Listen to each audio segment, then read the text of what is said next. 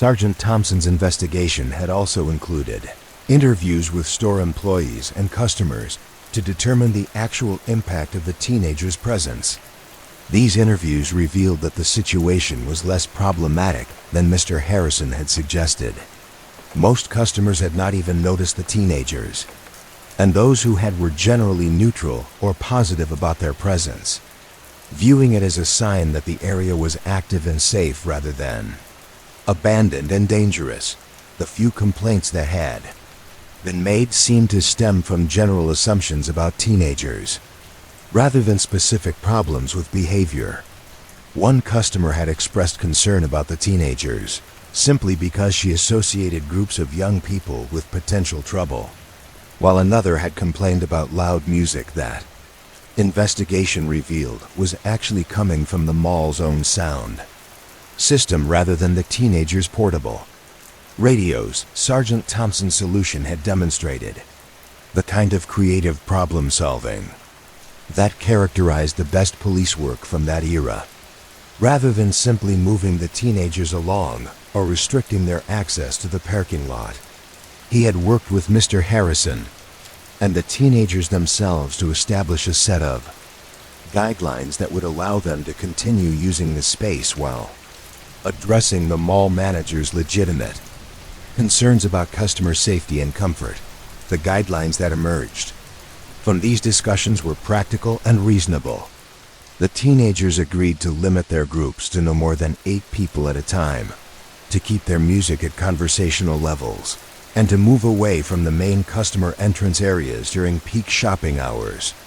In return, Mr. Harrison agreed to allow them to use a specific section of the parking lot and to notify Sergeant Thompson before calling for police response to any future issues. The arrangement had worked well.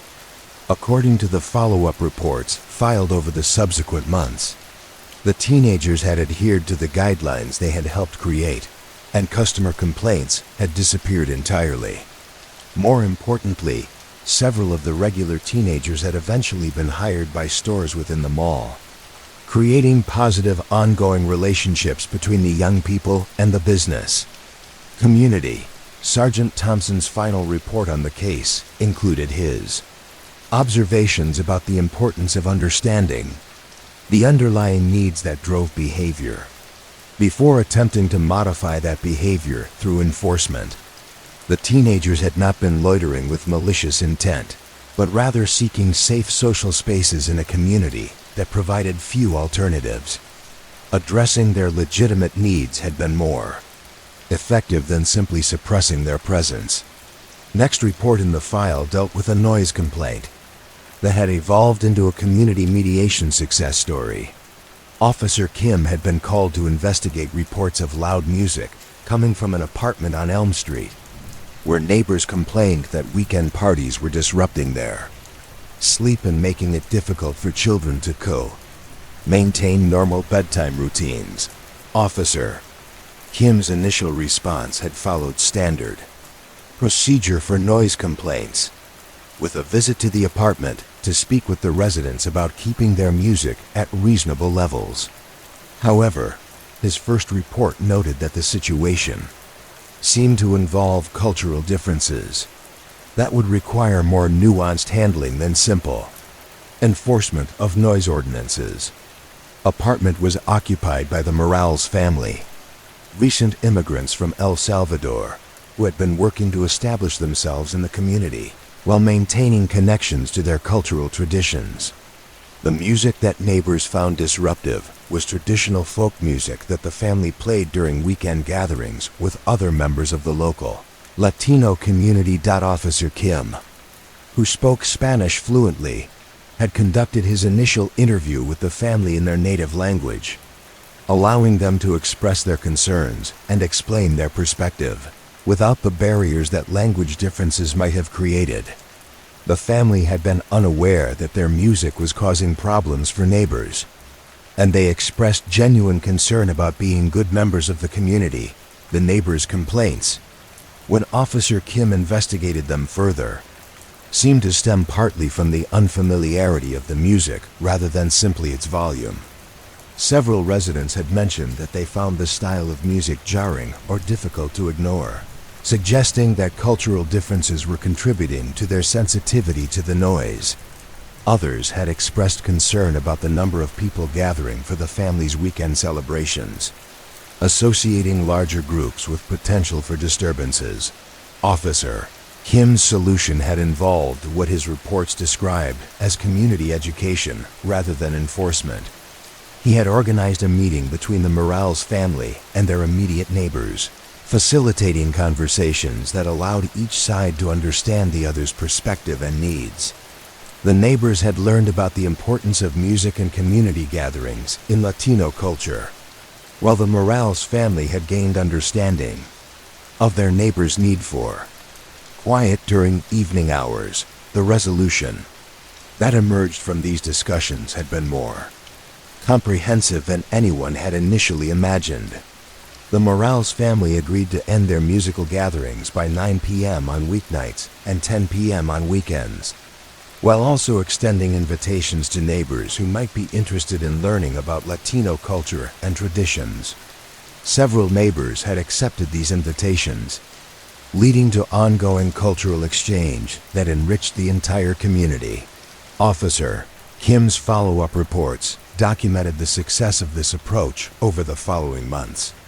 The noise complaints had ended, but more importantly, the Morales family had become active participants in neighborhood activities, while several of their former complainants had become friends and supporters of their cultural events. The case illustrated the kind of community policing that seemed to characterize much of the work documented in these old files.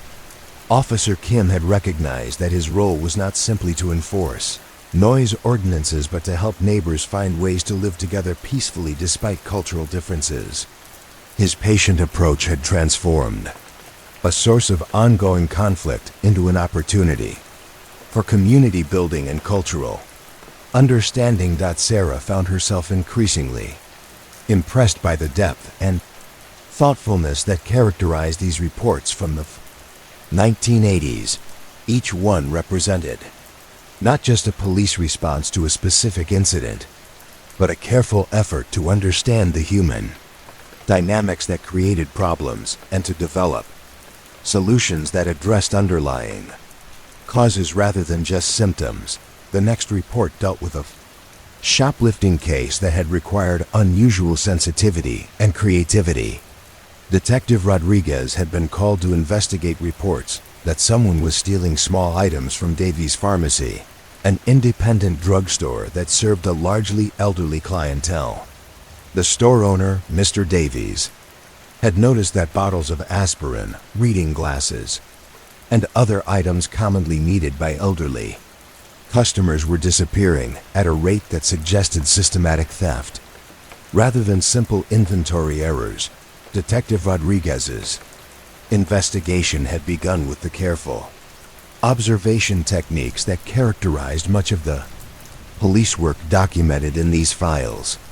Rather than immediately implementing security measures that might make elderly customers feel unwelcome or suspected of theft, he had spent time in the store, observing customer behavior and looking for patterns that might reveal the source of the problem. The breakthrough had come when Detective Rodriguez noticed that Mrs. Eleanor Patterson, a regular customer in her mid-80s, had been visiting the store more frequently than usual and appearing confused or distressed during her visits. Rather than immediately suspecting her of theft, Detective Rodriguez had approached Mr. Davies about Mrs. Patterson's apparent confusion, suggesting that she might need assistance rather than surveillance. Mr. Davies had confirmed that Mrs. Patterson had seemed increasingly forgetful during recent visits, sometimes asking for the same items multiple times during a single shopping trip or appearing uncertain about what she had come to purchase. Detective Rodriguez had suggested that they observe Mrs. Patterson's next visit carefully, not to catch her stealing, but to understand what was happening and determine whether she needed help. The observation had revealed that Mrs. Patterson was indeed taking items from the store, but not with criminal intent. Her increasing forgetfulness, which appeared to be related to early-stage dementia, was causing her to pick up items she needed and then forget that she had done so. She would leave the store with items she had not paid for. Not because she was attempting to steal, but because she genuinely did not remember selecting them. Detective Rodriguez's handling of this situation demonstrated the kind of compassion and practical wisdom that characterized the best police work from that era. Rather than arresting Mrs. Patterson for shoplifting, he had worked with Mr. Davies and Mrs. Patterson's adult daughter to develop a solution that protected both the store's interests and Mrs. Patterson's dignity. The solution had involved establishing a system where Mrs. Patterson would be gently assisted during her shopping trips, with store employees helping her keep track of her selections and ensuring that all items were properly paid for before she left. Mrs. Patterson's daughter had also arranged for additional support to help her mother manage her increasing confusion, including medical evaluation that led to appropriate treatment and care. Sergeant Thompson's investigation had also included interviews with store employees and customers to determine the actual impact of the teenager's presence. These interviews revealed that the situation was less problematic than Mr. Harrison had suggested. Most customers had not even noticed the teenagers, and those who had were generally neutral or positive about their presence, viewing it as a sign that the area was active and safe rather than abandoned and dangerous. The few complaints that had been made seemed to stem from general assumptions about teenagers, rather than specific problems with behavior. One customer had expressed concern about the teenagers, simply because she associated groups of young people with potential trouble, while another had complained about loud music that investigation revealed was actually coming from the mall's own sound system rather than the teenagers' portable radios. Sergeant Thompson's solution had demonstrated the kind of creative problem-solving that characterized the best police work from that era. Rather than simply moving the teenagers along or restricting their access to the parking lot, he had worked with Mr. Harrison and the teenagers themselves to establish a set of guidelines that would allow them to continue using the space while addressing the mall manager's legitimate concerns about customer safety and comfort. The guidelines that emerged from these discussions were practical and reasonable. The teenagers agreed to limit their groups to no more than 8 people at a time, to keep their music at conversational levels, and to move away from the main customer entrance areas during peak shopping hours. In return, Mr. Harrison agreed to allow them to use a specific section of the parking lot and to notify Sergeant Thompson before calling for police response to any future issues. The arrangement had worked well. According to the follow-up reports filed over the subsequent months, the teenagers had adhered to the guidelines they had helped create, and customer complaints had disappeared entirely. More importantly, several of the regular teenagers had eventually been hired by stores within the mall, creating positive ongoing relationships between the young people and the business community. Sergeant Thompson's final report on the case included his observations about the importance of understanding the underlying needs that drove behavior before attempting to modify that behavior through enforcement. The teenagers had not been loitering with malicious intent, but rather seeking safe social spaces in a community that provided few alternatives. Addressing their legitimate needs had been more effective than simply suppressing their presence. Next report in the file dealt with a noise complaint that had evolved into a community mediation success story. Officer Kim had been called to investigate reports of loud music coming from an apartment on Elm Street, where neighbors complained that weekend parties were disrupting their sleep and making it difficult for children to maintain normal bedtime routines. Officer Kim's initial response had followed standard procedure for noise complaints, with a visit to the apartment to speak with the residents about keeping their music at reasonable levels. However, his first report noted that the situation seemed to involve cultural differences that would require more nuanced handling than simple enforcement of noise ordinances. Apartment was occupied by the Morales family, recent immigrants from El Salvador, who had been working to establish themselves in the community while maintaining connections to their cultural traditions. The music that neighbors found disruptive was traditional folk music that the family played during weekend gatherings with other members of the local Latino community. Officer Kim, who spoke Spanish fluently, had conducted his initial interview with the family in their native language, allowing them to express their concerns and explain their perspective without the barriers that language differences might have created. The family had been unaware that their music was causing problems for neighbors, and they expressed genuine concern about being good members of the community. The neighbors' complaints, when Officer Kim investigated them further, seemed to stem partly from the unfamiliarity of the music rather than simply its volume. Several residents had mentioned that they found the style of music jarring or difficult to ignore, suggesting that cultural differences were contributing to their sensitivity to the noise. Others had expressed concern about the number of people gathering for the family's weekend celebrations, associating larger groups with potential for disturbances. Officer Kim's solution had involved what his reports described as community education rather than enforcement.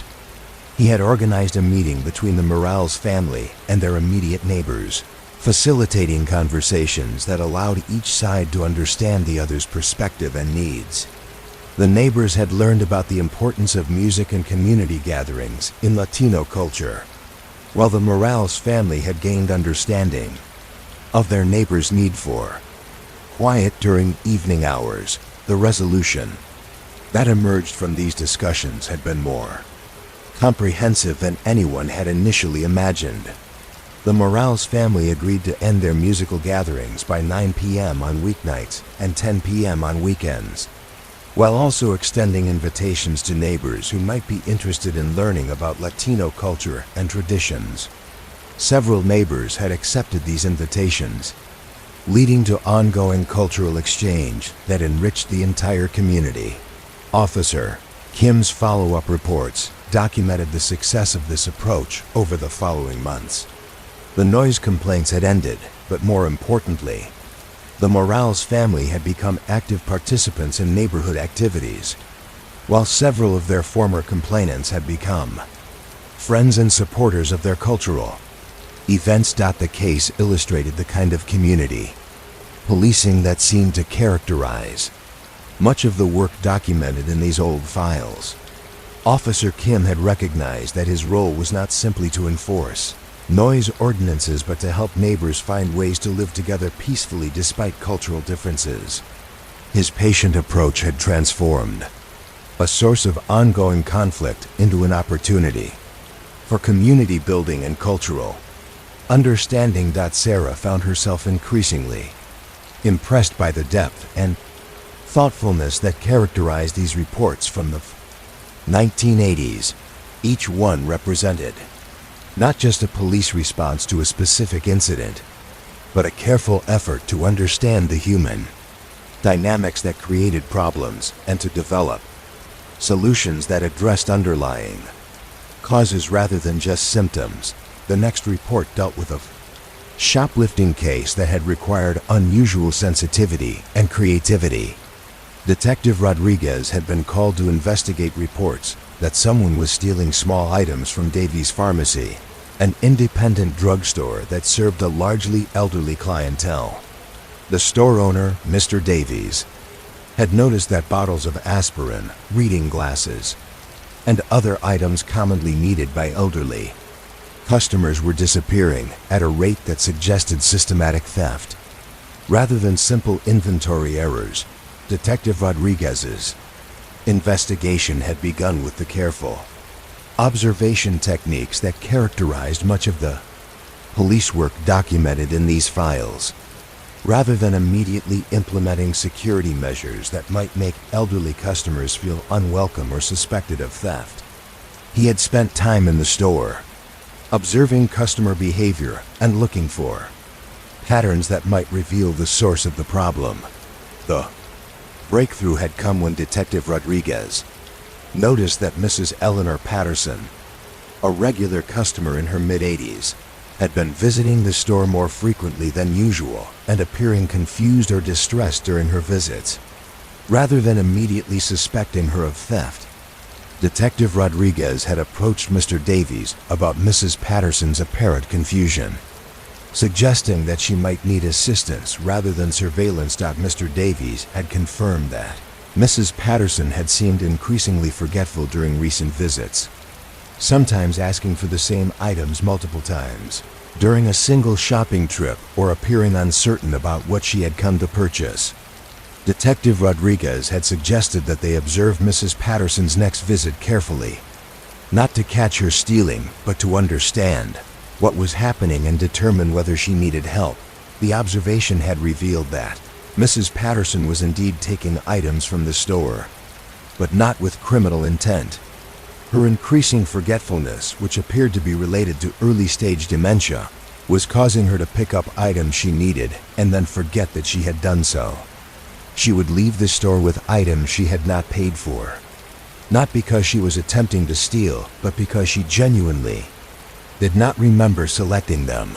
Detective Rodriguez's handling of this situation demonstrated the kind of compassion and practical wisdom that characterized the best police work from that era.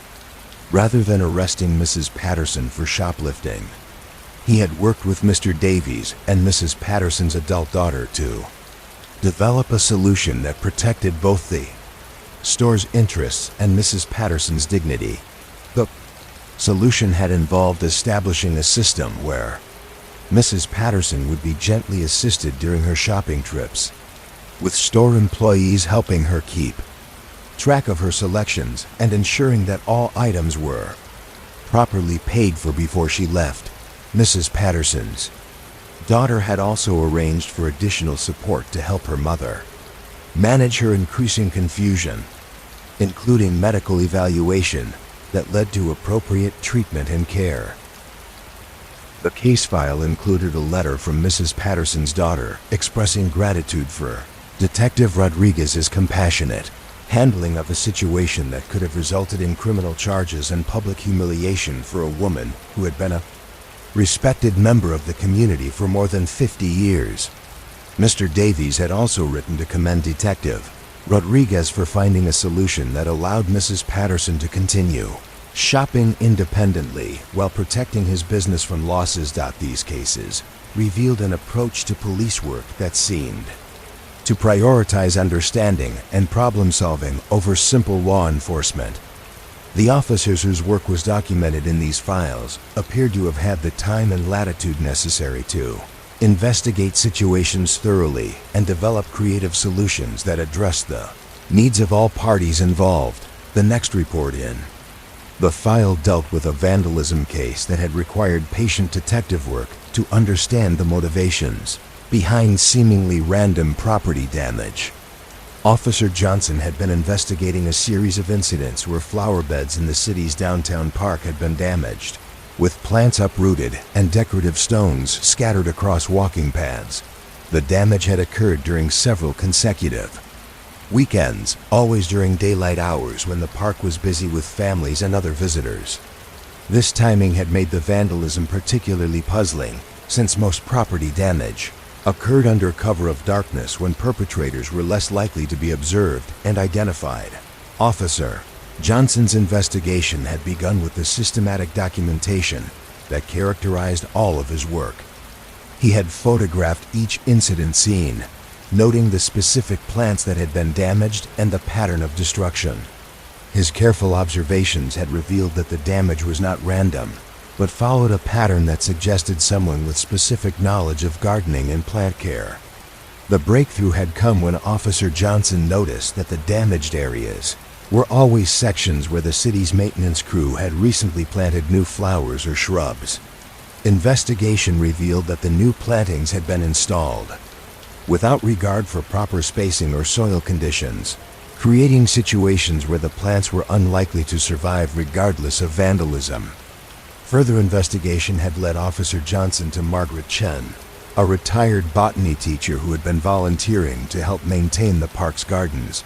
Mrs. Chen had been removing poorly planted specimens and replanting them in more appropriate locations, working during busy daylight hours because she believed that her activities were beneficial to the park and should not need to be hidden. Mrs. Chun had not realized that her well-intentioned gardening work was being perceived as vandalism by park visitors and city officials who were not familiar with proper plant care techniques.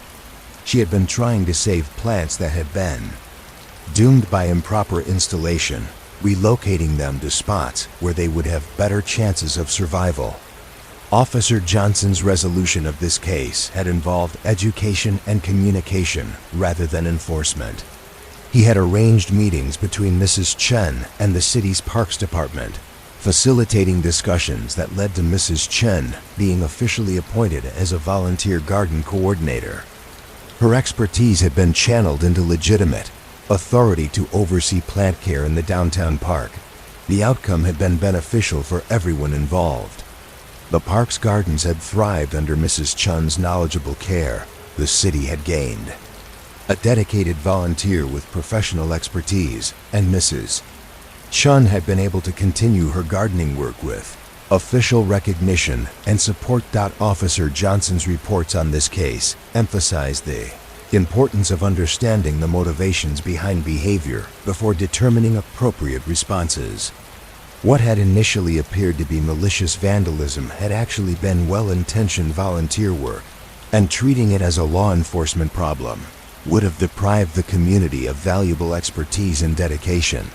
The next case in the file dealt with a series of car break-ins that had required innovative investigative techniques to solve. Detective Williams had been assigned to investigate reports that vehicles parked in the library's parking lot were being broken into during evening hours, with thieves taking small valuables like loose change, sunglasses, and audio cassettes. Detective Williams's approach to this case had combined traditional investigative techniques with creative problem solving. He had begun by analyzing the timing and pattern of the break-ins, noting that they occurred primarily on weeknight evenings, when the library hosted community education classes and other adult programming. The thieves appeared to be targeting vehicles that belonged to library patrons attending evening classes, taking advantage of the fact that these cars would remain in the parking lot for predictable periods of time. The break-ins were carefully executed, with minimal damage to vehicles and selection of items that were valuable but small enough to be easily concealed and transported. Detective Williams had worked with library staff to understand the schedule of evening programs and identify which classes attracted the most participants. He had also observed the parking lot during several evening sessions, noting traffic patterns and identifying locations where someone could work on breaking into vehicles without being easily observed from the library building. The solution had involved a combination of increased security measures and community education. Detective Williams had worked with library staff to improve lighting in the parking lot and establish regular security checks during evening programs. He had also developed an educational program for library patrons, offering tips for preventing car break-ins and encouraging people to avoid leaving valuables visible in their vehicles. The investigation had concluded with the arrest of 2 teenagers who had been systematically targeting the library parking lot because they had learned the schedule of evening classes and knew when vehicles would be unattended for extended periods. However, Detective Williams's approach to their arrests had emphasized education and rehabilitation rather than simply punishment. Both teenagers had been enrolled in the library's literacy program as part of their community service requirements, connecting them with educational opportunities while also giving them positive associations with the institution they had been victimizing. The library staff had worked with Detective Williams to ensure that the teenagers understood the impact their actions had on community members who were trying to improve their education and job skills through evening classes.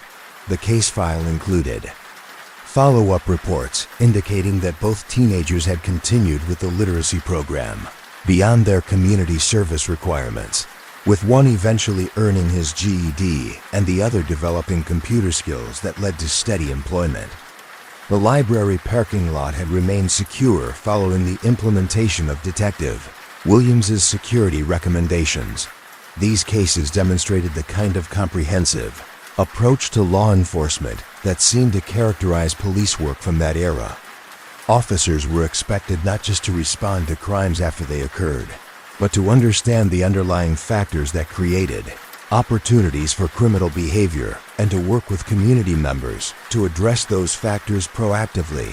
The final report in this section of the file dealt with a missing person case that had required patient investigation and sensitive handling of family dynamics. Detective Martinez had been assigned to investigate the disappearance of 17-year-old Jennifer Walsh, who had failed to return home from school on a Friday afternoon in late October. Detective Martinez's initial investigation had followed standard procedures for missing teenager cases, including interviews with family members, school officials, and Jennifer's friends. However, his early reports noted that the family dynamics seemed complex and that Jennifer's disappearance might be related to ongoing conflicts within the household rather than external threats. Jennifer's parents had reported that she had been increasingly rebellious and difficult to control, staying out late with friends her parents disapproved of, and expressing interest in dropping out of school to pursue what she called a music career. They had implemented strict rules about her social activities and had been considering sending her to live with relatives in another state, where they believed she would be subject to better supervision. Interviews with Jennifer's friends had revealed that she had been planning to leave home for several weeks, saving money from her part-time job and researching ways to support herself independently. She had been particularly interested in moving to Nashville, where she hoped to find opportunities to perform her music and develop her talents as a singer and songwriter. Detective Martinez's investigation had expanded to include contacts with police departments in cities where Jennifer might have gone, as well as outreach to organizations that worked with runaway teenagers. His approach had been guided by the understanding that Jennifer's disappearance was likely voluntary, and that forcing her return might not address the underlying family conflicts that had motivated her to leave.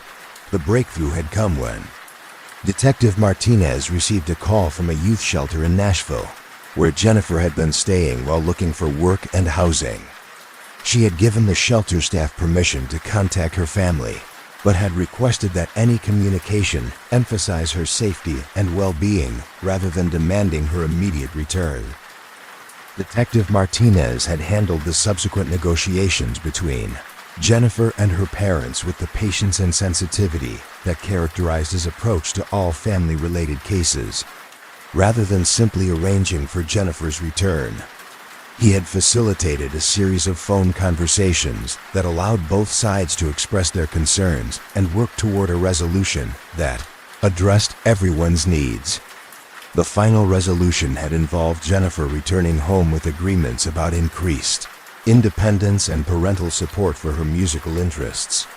Her parents had agreed to allow her to finish high school while also pursuing part-time opportunities to develop her musical skills, while Jennifer had committed to maintaining her education and communicating more openly about her plans and activities. Detective Martinez's follow-up reports documented the success of this approach over the following months. Jennifer had completed high school and had been accepted into a community college music program, while her relationship with her parents had improved significantly through better communication and mutual respect for each other's perspectives. The case illustrated the kind of family counseling and mediation skills that police officers were expected to possess during that era. Detective Martinez had recognized that his role was not simply to locate missing persons, but to help families resolve the underlying conflicts that created such crises. Reading through these reports, Sarah found herself deeply impressed by the comprehensive approach that characterized police work from the 1980s. Officers were expected to be not just law enforcers but community problem solvers, with skills that encompassed mediation, social work, education, and psychology. The reports revealed a different model of policing, one that prioritized understanding and resolution over simple enforcement and punishment. Officers appeared to have had more time and latitude for developing creative solutions to complex problems, and their work seemed to be guided by genuine concern for community well-being rather than just crime statistics and arrest rates. As Sarah closed the final report in this section of the file, she reflected on the patience and wisdom that characterized so much of the work documented in these archives. Each case represented not just a police response to a specific incident, but a thoughtful effort to understand human behavior and develop solutions that strengthened rather than divided communities. These old reports stood as testament to the possibility that law enforcement could serve as a force for healing and problem-solving, rather than simply punishment and control. The officers whose work was documented here had understood that their job was not just to enforce laws, but to help maintain the social fabric that made community life possible. The archives around her held thousands of such stories, each one representing a small but significant moment in the ongoing effort to balance individual freedom with collective safety and well-being. Tomorrow night, she would return to continue reading, to continue learning from the wisdom contained in these carefully documented encounters between law enforcement and the communities they served. The archives extended further than most people realized, into sections that hadn't been disturbed for years, where manila folders had taken on the particular fragrance that comes with decades of stillness. Detective Sarah Chun had discovered these deeper storage areas during her third week of nocturnal explorations, finding corridors that seemed to exist in permanent twilight, lit only by the occasional bare bulb hanging from the ceiling like a distant star. Here, in Cabinet Section L, dating back to the early 1970s, the files had accumulated layers of dust that spoke of profound quiet, of stories that had been cataloged and stored and left to rest in the particular peace that comes to all human dramas once they have been fully resolved. The metal drawers moved with the slight resistance that comes from years of disuse, their contents arranged with the same careful precision that characterized all police record keeping, but wrapped now in the additional dignity that time bestows on all archived memory. Sarah pulled the first drawer, marked 1973, Property Crimes, and felt the familiar satisfaction that came from opening a repository of human stories. The folders inside were arranged chronologically, their tab labels written in the careful handwriting that had characterized police work before typewriters became standard equipment in every precinct office. Each file represented a moment when the ordinary flow of daily life had been disrupted by crime, and when police officers had worked to restore the balance that allowed communities to function. The first file she examined dealt with a burglary at Henley's Five and Dime, a small store that had served the downtown area for more than 30 years before urban renewal projects had transformed the neighborhood. Beyond recognition, Officer Kowalski had responded to the break-in call on a Monday morning in March, finding that thieves had entered through a rear window sometime during the weekend and had taken a small amount of cash from the register along with several cartons of cigarettes.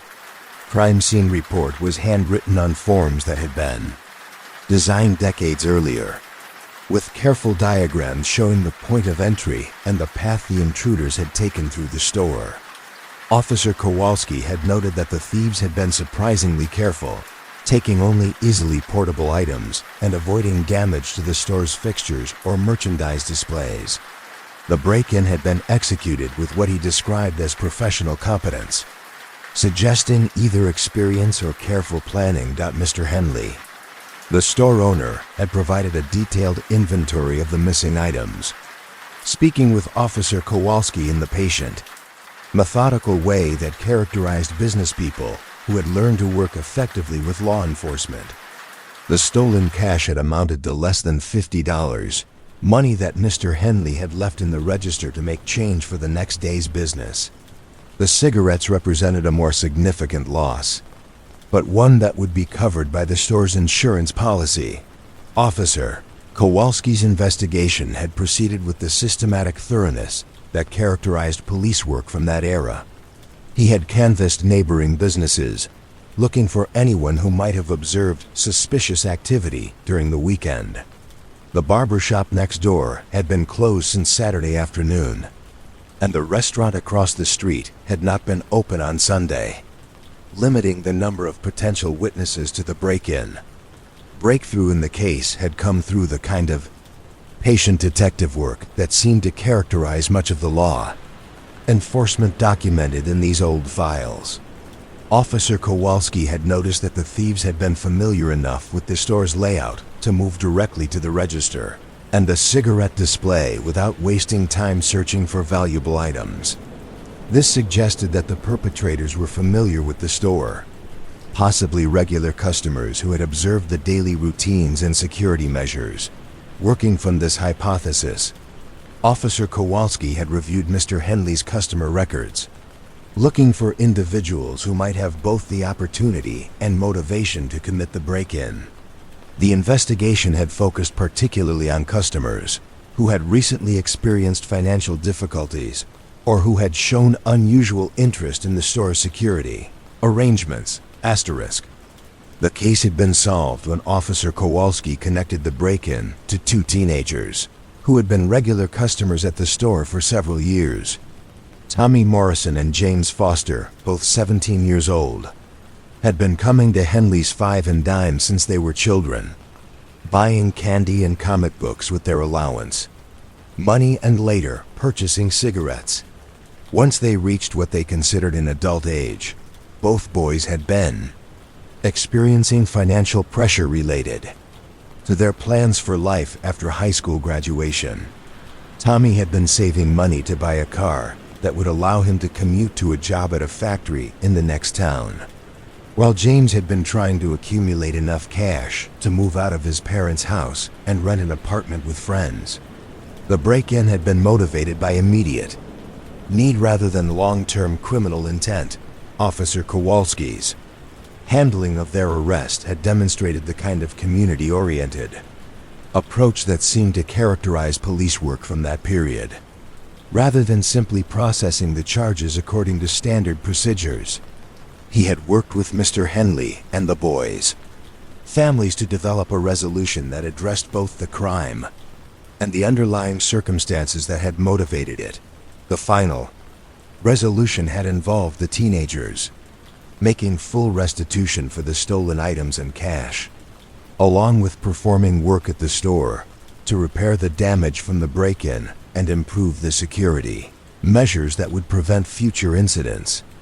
Tommy had used his mechanical skills to install better locks and window security, while James had helped Mr. Henley reorganize the store's inventory system to make theft more difficult and detection easier. Mr. Henley had also agreed to provide part-time employment for both teenagers, giving them legitimate ways to earn the money they needed for their post-graduation plans.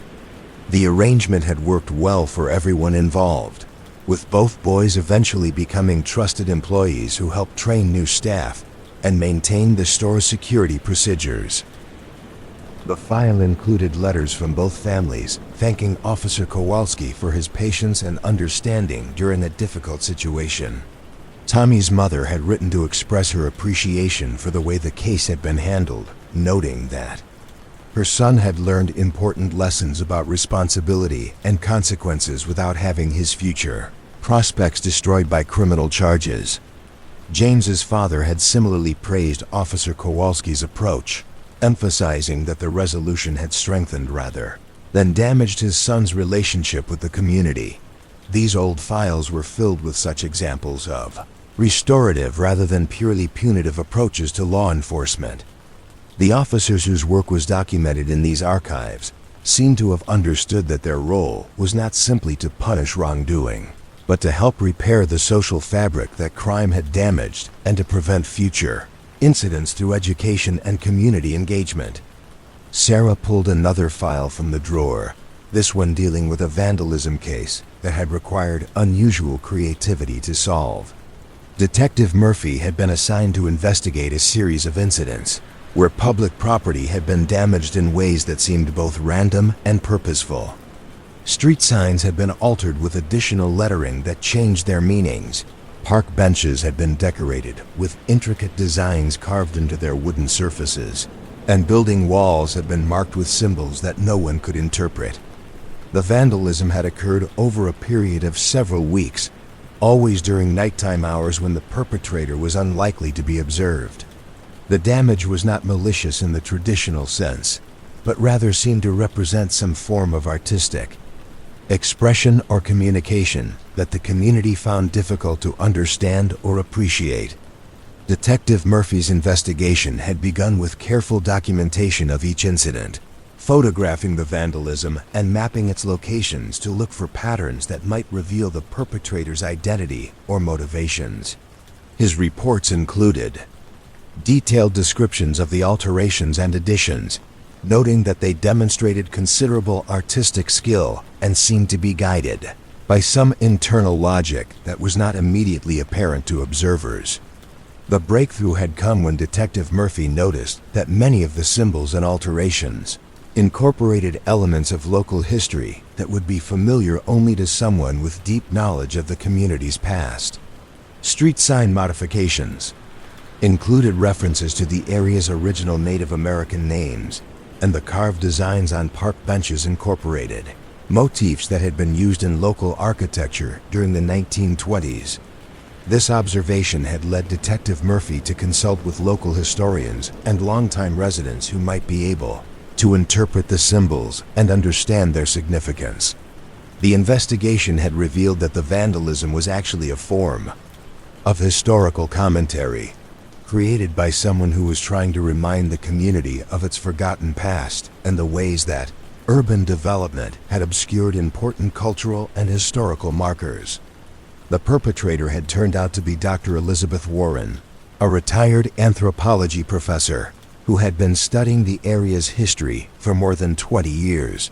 Dr. Warren had been frustrated by what she perceived as the community's indifference to its own cultural heritage, and had begun creating what she called historical interventions, modifications to public spaces that would force people to notice and think about the layers of history that surrounded them in their daily lives. Detective Murphy's resolution of this case had involved extensive conversations with Dr. Warren about her motivations and methods, as well as discussions with city officials about how to address the situation constructively, rather than simply prosecuting Dr. Warren for vandalism. Detective Murphy had worked to find ways to channel her expertise and passion into legitimate educational activities. The final outcome had been the establishment of a historical preservation committee with Dr. Warren as its chair, tasked with identifying and marking significant historical sites throughout the community.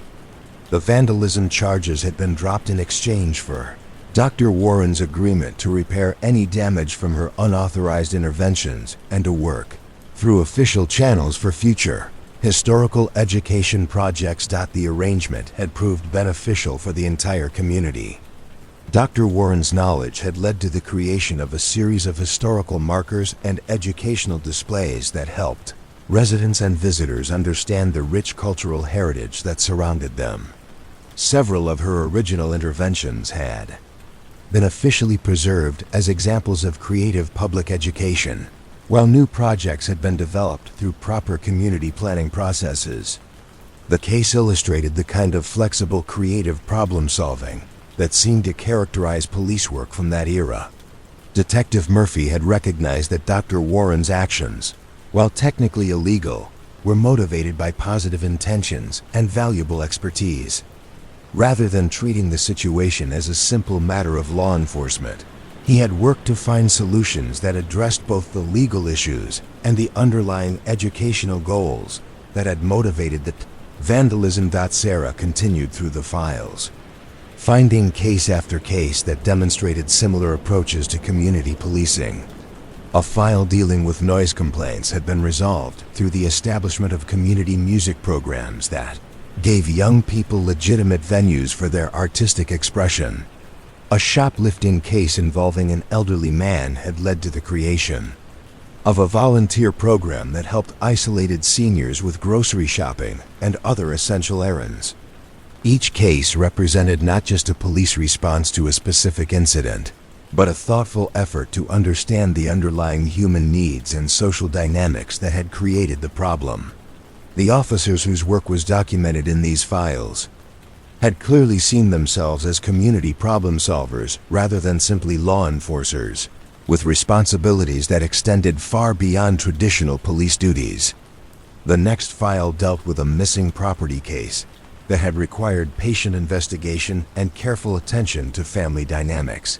Mrs. Catherine O'Brien had reported that a collection of antique jewelry that had belonged to her late mother had disappeared from her home sometime during a family gathering held to settle the estate. The jewelry had significant sentimental value and represented the only tangible connection to family history that would be passed down to the next generation. Officer Sullivan had approached the case with the sensitivity that such family situations required, recognizing that accusations of theft among family members could destroy relationships that had taken decades to build. His investigation had proceeded carefully, focusing on understanding the family dynamics and the circumstances surrounding the disappearance rather than immediately treating the situation as a criminal matter. The family gathering had included more than 20 relatives, ranging from Mrs. O'Brien's siblings to grandchildren who were meeting some family members for the first time. The gathering had been emotionally charged, with family members dealing with grief over the recent death, while also navigating complex feelings about inheritance and family legacy.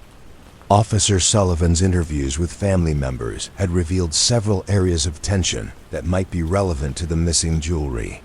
Some family members had expressed feeling that the distribution of inheritance had not been fair, while others had mentioned specific pieces of jewelry that they had hoped to receive as mementos of their grandmother.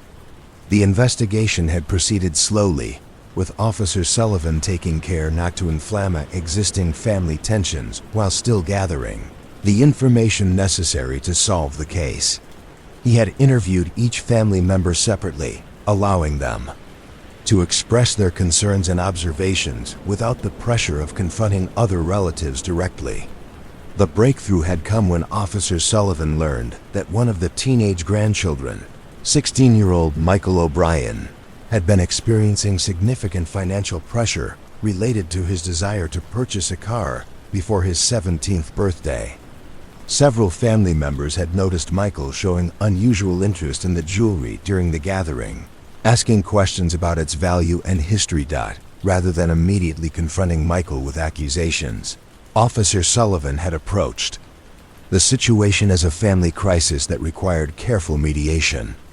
He had worked with Michael's parents and Mrs. O'Brien to arrange a private conversation where Michael could explain his actions without fear of immediate legal consequences.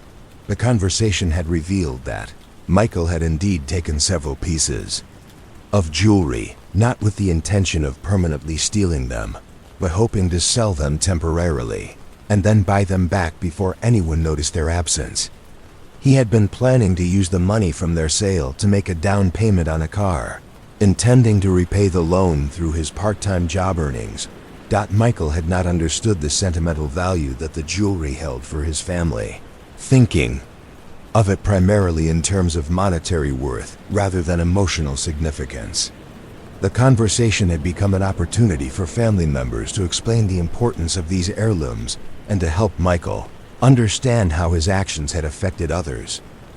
The resolution of the case had involved the entire family working together to address both Michael's immediate needs and the longer-term issues that had motivated his actions.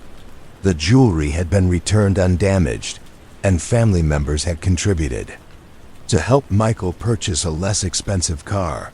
while also ensuring that he understood the importance of asking for help rather than taking matters into his own hands. Officer Sullivan's final report had emphasized the importance of treating family-related crimes as opportunities for education and reconciliation rather than simply matters for punishment. Michael had learned important lessons about trust and communication, while the family had developed better ways of discussing financial needs and supporting younger members during difficult transitions. The case files from this era were filled with similar examples of officers who understood that their role extended far beyond simple law enforcement to include education, mediation, and community building. The approach seemed to recognize that crime was often a symptom of underlying social problems that could be addressed through patient, thoughtful intervention. Sarah pulled another file, this one dealing with a burglary case that had been solved through community cooperation and creative investigation. Detective Reynolds had been assigned to investigate a series of break-ins in the Riverside neighborhood, where several homes had been burglarized during daytime hours when residents were away at work.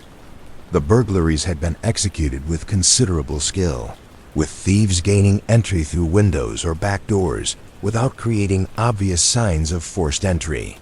The stolen items had been carefully selected, focusing on small valuables like jewelry and electronics that could be easily transported and sold without attracting attention. Detective Reynolds had approached the case by conducting a thorough analysis of the neighborhood's daily rhythms, observing traffic patterns and identifying homes that would be predictably empty during certain hours. His investigation had revealed that the burglar was someone familiar with the area, possibly a resident or regular visitor who had learned the schedules of potential victims. The breakthrough had come through the kind of community engagement that characterized police work from that period. Detective Reynolds had organized a neighborhood meeting where residents could share information about suspicious activity and coordinate efforts to improve security. The meeting had revealed several observations that, taken together, pointed toward a possible suspect. Multiple residents had noticed a young man on a bicycle who had been seen in the neighborhood during unusual hours, often riding slowly past homes and appearing to observe them carefully. The bicycle rider had been polite and friendly when approached by residents, explaining that he was visiting friends or looking for addresses, but no one had been able to identify which house he was actually visiting. Detective Reynolds had worked with neighborhood residents to develop a coordinated observation system, asking them to note the times and locations where the bicycle rider was seen and to report any additional suspicious activity. This community-based approach had quickly provided enough information to identify the suspect and establish a pattern of behavior that could be used to predict future incidents. The suspect had turned out to be 19-year-old David Martinez, who lived with his grandmother in a nearby neighborhood and had been using his familiarity with the area to identify potential targets for burglary. His method had been to pose as a visitor to establish that homes were empty during predictable hours, then return later to commit the break-ins when he knew residents would be away. Detective Reynolds had handled the arrest with the same community focus that had characterized his investigation, working with David's grandmother and other family members to understand the circumstances that had led to his criminal behavior. The investigation had revealed that David had been struggling with drug addiction and had been committing the burglaries to fund his drug purchases. The resolution of the case had involved connecting David with addiction treatment programs while also ensuring that he made restitution to his victims for the stolen property. Detective Reynolds had worked with the court system to structure David's sentencing in a way that prioritized treatment and rehabilitation over punishment, recognizing that addressing his addiction was essential to preventing future crimes. The neighborhood residents had been supportive of this approach, understanding that helping David overcome his addiction would be more effective than simply removing him from the community through incarceration. Several residents had even offered to provide employment opportunities for David once he completed his treatment program. The case had concluded with David's successful completion of a residential treatment program and his return to the community as a productive member rather than a source of ongoing problems. Detective Reynolds's final report had noted that the community-based approach to investigation had not only solved the immediate crime problem, but it also strengthened neighborhood relationships and created ongoing cooperation between residents and police. These files revealed a model of policing that seemed to prioritize long-term community health over short-term crime statistics. Officers were expected to understand the social context in which crimes occurred and to work with community members to develop solutions that addressed underlying problems rather than simply responding to their symptoms. The next case file dealt with a fraud investigation that had required patient work to untangle complex financial relationships. Detective Johnson had been assigned to investigate complaints that an elderly woman was being cheated by someone who had gained her trust and was systematically stealing money from her savings account. The victim, Mrs. Rose Phillips, was 81 years old and had been living alone since her husband's death 3 years earlier. She had contacted police after noticing unexplained withdrawals from her bank account, money that had been taken without her knowledge or permission by someone who had apparently gained access to her banking information.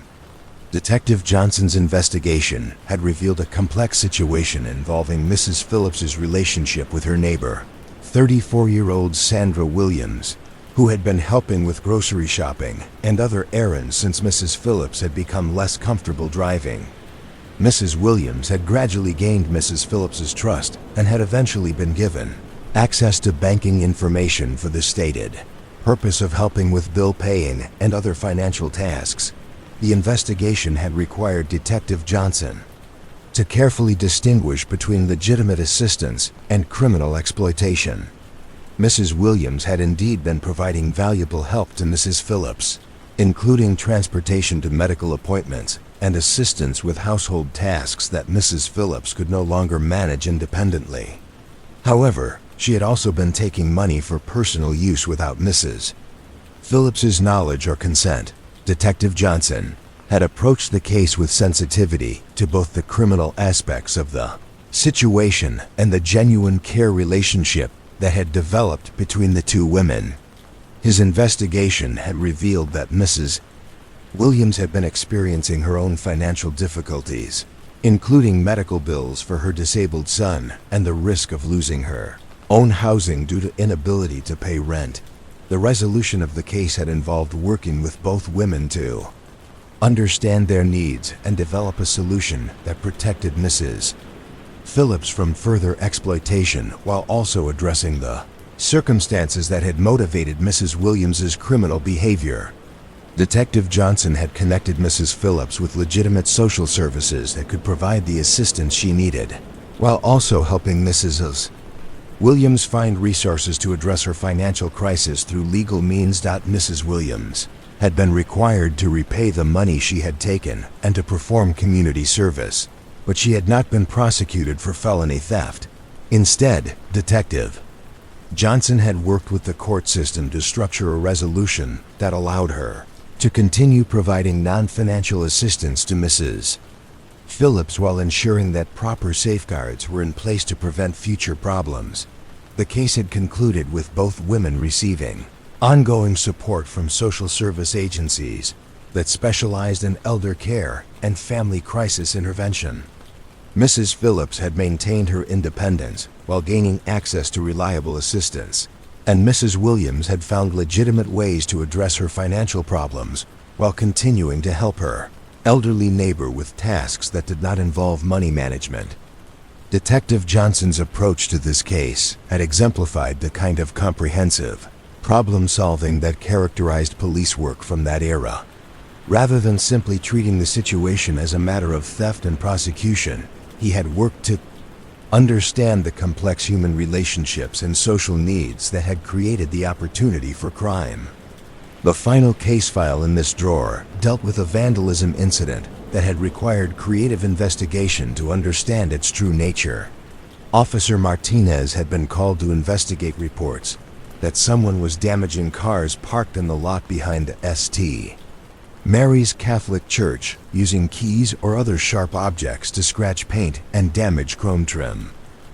The vandalism had occurred during several Sunday mornings when the parking lot was full of cars belonging to people attending church services. The damage had been systematic rather than random, suggesting that the perpetrator had specific targets or motivations, rather than simply acting out of general destructiveness. Officer Martinez's investigation had begun with careful examination of the damaged vehicles, looking for patterns that might reveal the perpetrator's identity or motivations. His observations had revealed that the vandalism was not random, but seemed to target specific types of vehicles or vehicles belonging to particular individuals. The breakthrough had come when Officer Martinez noticed that all of the damaged vehicles belonged to families who had recently joined the church or who had been involved in recent church controversies. The vandalism appeared to be motivated by religious or personal conflicts within the church community rather than simple criminal behavior. Further investigation had revealed that the perpetrator was Mrs. Helen Morrison, a longtime church member who had been feeling displaced by changes in church leadership and programming. Mrs. Morrison had been particularly upset by the church's decision to hire a younger pastor and to implement contemporary music and other innovations that she felt were inappropriate for traditional worship. Officer Martinez had approached Mrs. Morrison's case with understanding of the religious and emotional factors that had motivated her behavior. Rather than simply arresting her for vandalism, he had worked with church leadership to address the underlying conflicts that had created the situation. The resolution had involved extensive counseling and mediation between Mrs. Morrison and church leadership, facilitated by Officer Martinez and a local minister who specialized in church conflict resolution. Mrs. Morrison had been required to make restitution for the damaged vehicles, but the focus had been on healing the religious community rather than simply punishing her actions. The case had concluded with Mrs. Morrison remaining an active church member, while also accepting the changes that had upset her. The church community had learned valuable lessons about including long-time members in discussions about change and innovation, while Mrs. Morrison had found constructive ways to express her concerns about church direction. Officer Martinez's handling of this case had demonstrated the kind of cultural and religious sensitivity that POLICE officers were expected to possess when working with diverse communities. His approach had recognized that vandalism motivated by religious conflict required different solutions than simple criminal behavior. Reading through these old case files, Sarah found herself increasingly impressed by the comprehensive approach that characterized police work from the 1970s. Officers were expected to be counselors, mediators, social workers, and community organizers as well as law enforcers. Their work seemed to be guided by genuine concern for community well-being, rather than simply crime statistics and arrest quotas. The files revealed a different model of policing, one that prioritized understanding and healing over punishment and control. Officers appeared to have had the time and training necessary to develop creative solutions to complex human problems, and their work seemed to be supported by a criminal justice system that valued rehabilitation and community restoration. As Sarah closed the final file in this drawer, she reflected on the patience and wisdom that characterized so much of the work documented in these archives. Each case represented not just a police response to a specific incident, but a thoughtful effort to understand human behavior and develop solutions that strengthened rather than divided communities. These old files stood as testament to the possibility that law enforcement could serve as a force for healing and problem-solving rather than simply punishment and control. The officers whose work was documented here had understood that their job was not just to enforce laws, but to help maintain the social fabric that made community life possible. Tomorrow night, she would return to continue reading, to continue learning from the wisdom contained in these carefully preserved encounters between law enforcement and the communities they served. The archives held thousands more stories, each one representing a small but significant moment in the ongoing effort to balance individual freedom with collective safety and well-being. Detective Sarah Chun had discovered that the police archives extended beyond the basement of the precinct, connecting through a series of underground tunnels to the storage areas beneath the old courthouse building. These tunnels had been constructed in the 1940s to allow secure transport of prisoners and evidence between buildings, but they now served primarily as conduits for the movement of files and records that chronicled the intersection between crime and justice in the cities. History. The courthouse basement held a different kind of archive. One focused not on investigation and patrol work, but on the buildings and spaces where justice was formally administered.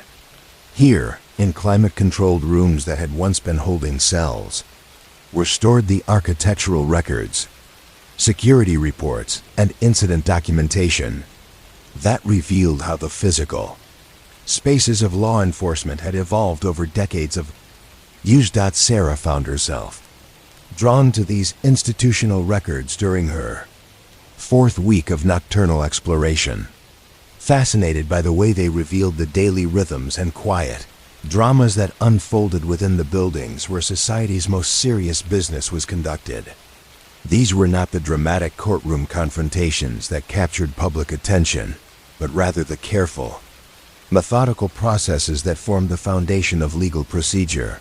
The first file she examined dealt with the renovation of Courtroom B in 1978, a project that had been necessitated not by modernization needs, but by a series of security incidents that had revealed weaknesses in the room's original design.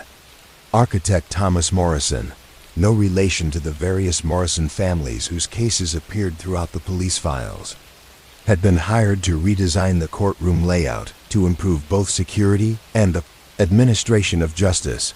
Morrison's preliminary report, written in the careful technical language that characterized professional architectural documentation, described the original courtroom as a product of 1920s design philosophy that had prioritized grandeur and formality over practical considerations of security and crowd control. The room featured high ceilings, large windows, and an open floor plan that created an impressive atmosphere, but also presented challenges for maintaining order during contentious proceedings. The security incidents that had prompted the renovation had been relatively minor but persistent. Court Bailiff Rodriguez had documented a series of disruptions during the previous year, including instances where spectators had been able to approach the bench or jury box without being intercepted, and situations where defendants or their supporters had created disturbances that were difficult to control. In the room's original configuration, none of these incidents had involved serious violence or dramatic confrontations, but they had revealed that the courtroom's layout made it difficult for bailiffs and other security personnel to maintain the orderly atmosphere that legal proceedings required. Judge Patricia Sullivan, who presided over most of the cases heard in Courtroom B, had requested the renovation after a particularly chaotic hearing where family members had been unable to contain their emotions during the custody decision. Morrison's redesign had focused on creating what he called controlled flow patterns, modifications to the room's layout that would guide movement in ways that supported both security and the formal dignity that courtroom proceedings required. The renovation had included strategic placement of barriers and walkways that would funnel spectators and participants through predictable paths, allowing bailiffs to monitor and manage the room more effectively. The project had also addressed lighting and acoustics, two elements that Morrison had identified as crucial to the proper administration of justice. The original courtroom had suffered from inconsistent lighting that made it difficult for juries to observe witnesses clearly, and acoustic problems that sometimes made testimony difficult to hear from certain locations in the room. Morrison's solution had involved installing a sophisticated lighting system that provided even illumination throughout the courtroom while avoiding glare or shadows that might interfere with the observation of facial expressions and body language. The acoustic improvements had included sound-absorbing materials and strategic placement of speakers that ensured all participants could hear proceedings clearly regardless of their location in the room. The renovation had been completed during the summer of 1978, when court sessions were traditionally reduced to allow for building maintenance. Morrison's final report included photographs of the completed project, showing a courtroom that retained the formal dignity of the original design while incorporating modern understanding of security and crowd management. The success of the renovation had been documented in subsequent reports from bailiffs and court personnel who noted significant improvements in their ability to maintain order during proceedings. Judge Sullivan had submitted a formal commendation for Morrison's work, noting that the redesigned courtroom had allowed for more effective administration of justice while also creating a more comfortable environment for all participants. The file also included feedback from attorneys and other court personnel who had worked in the renovated space. Public Defender Marcus Johnson had written to praise the improved acoustics, noting that his clients could now hear and participate more effectively in their own proceedings. Court reporter Linda Chun had commented on the better lighting, which had reduced eye strain during long proceedings and improved the accuracy of her transcripts. These institutional records revealed aspects of law enforcement that were rarely considered in discussions of crime and justice, but which were essential to the proper functioning of the legal system. The physical spaces where justice was administered had profound effects on the quality and effectiveness of legal proceedings, and the careful attention to design details demonstrated the same commitment to excellence that characterized the police work documented in other parts of the archives. As Sarah pulled another file, this one dealing with the security upgrade of the county jail in 1979. Sheriff's Deputy Michael Torres had been assigned to oversee the implementation of new security measures that would improve both the safety of inmates and staff while also reducing opportunities for escape or contraband smuggling. The jail, originally constructed in the 1950s, had been designed according to security philosophies that emphasized containment over rehabilitation. The building featured long corridors lined with cells, common areas that were difficult to supervise effectively, and visiting facilities that made it challenging to prevent the passage of unauthorized items between visitors and inmates. Deputy Torres's assessment had been comprehensive, examining not just the physical security features of the building, but also the daily routines and procedures that governed life within the facility. His report had identified several areas where improvements could enhance security while also creating a more humane environment for inmates serving their sentences. Most significant security vulnerability had been the visiting area, where the original design made it impossible for staff to monitor all interactions between inmates and their visitors.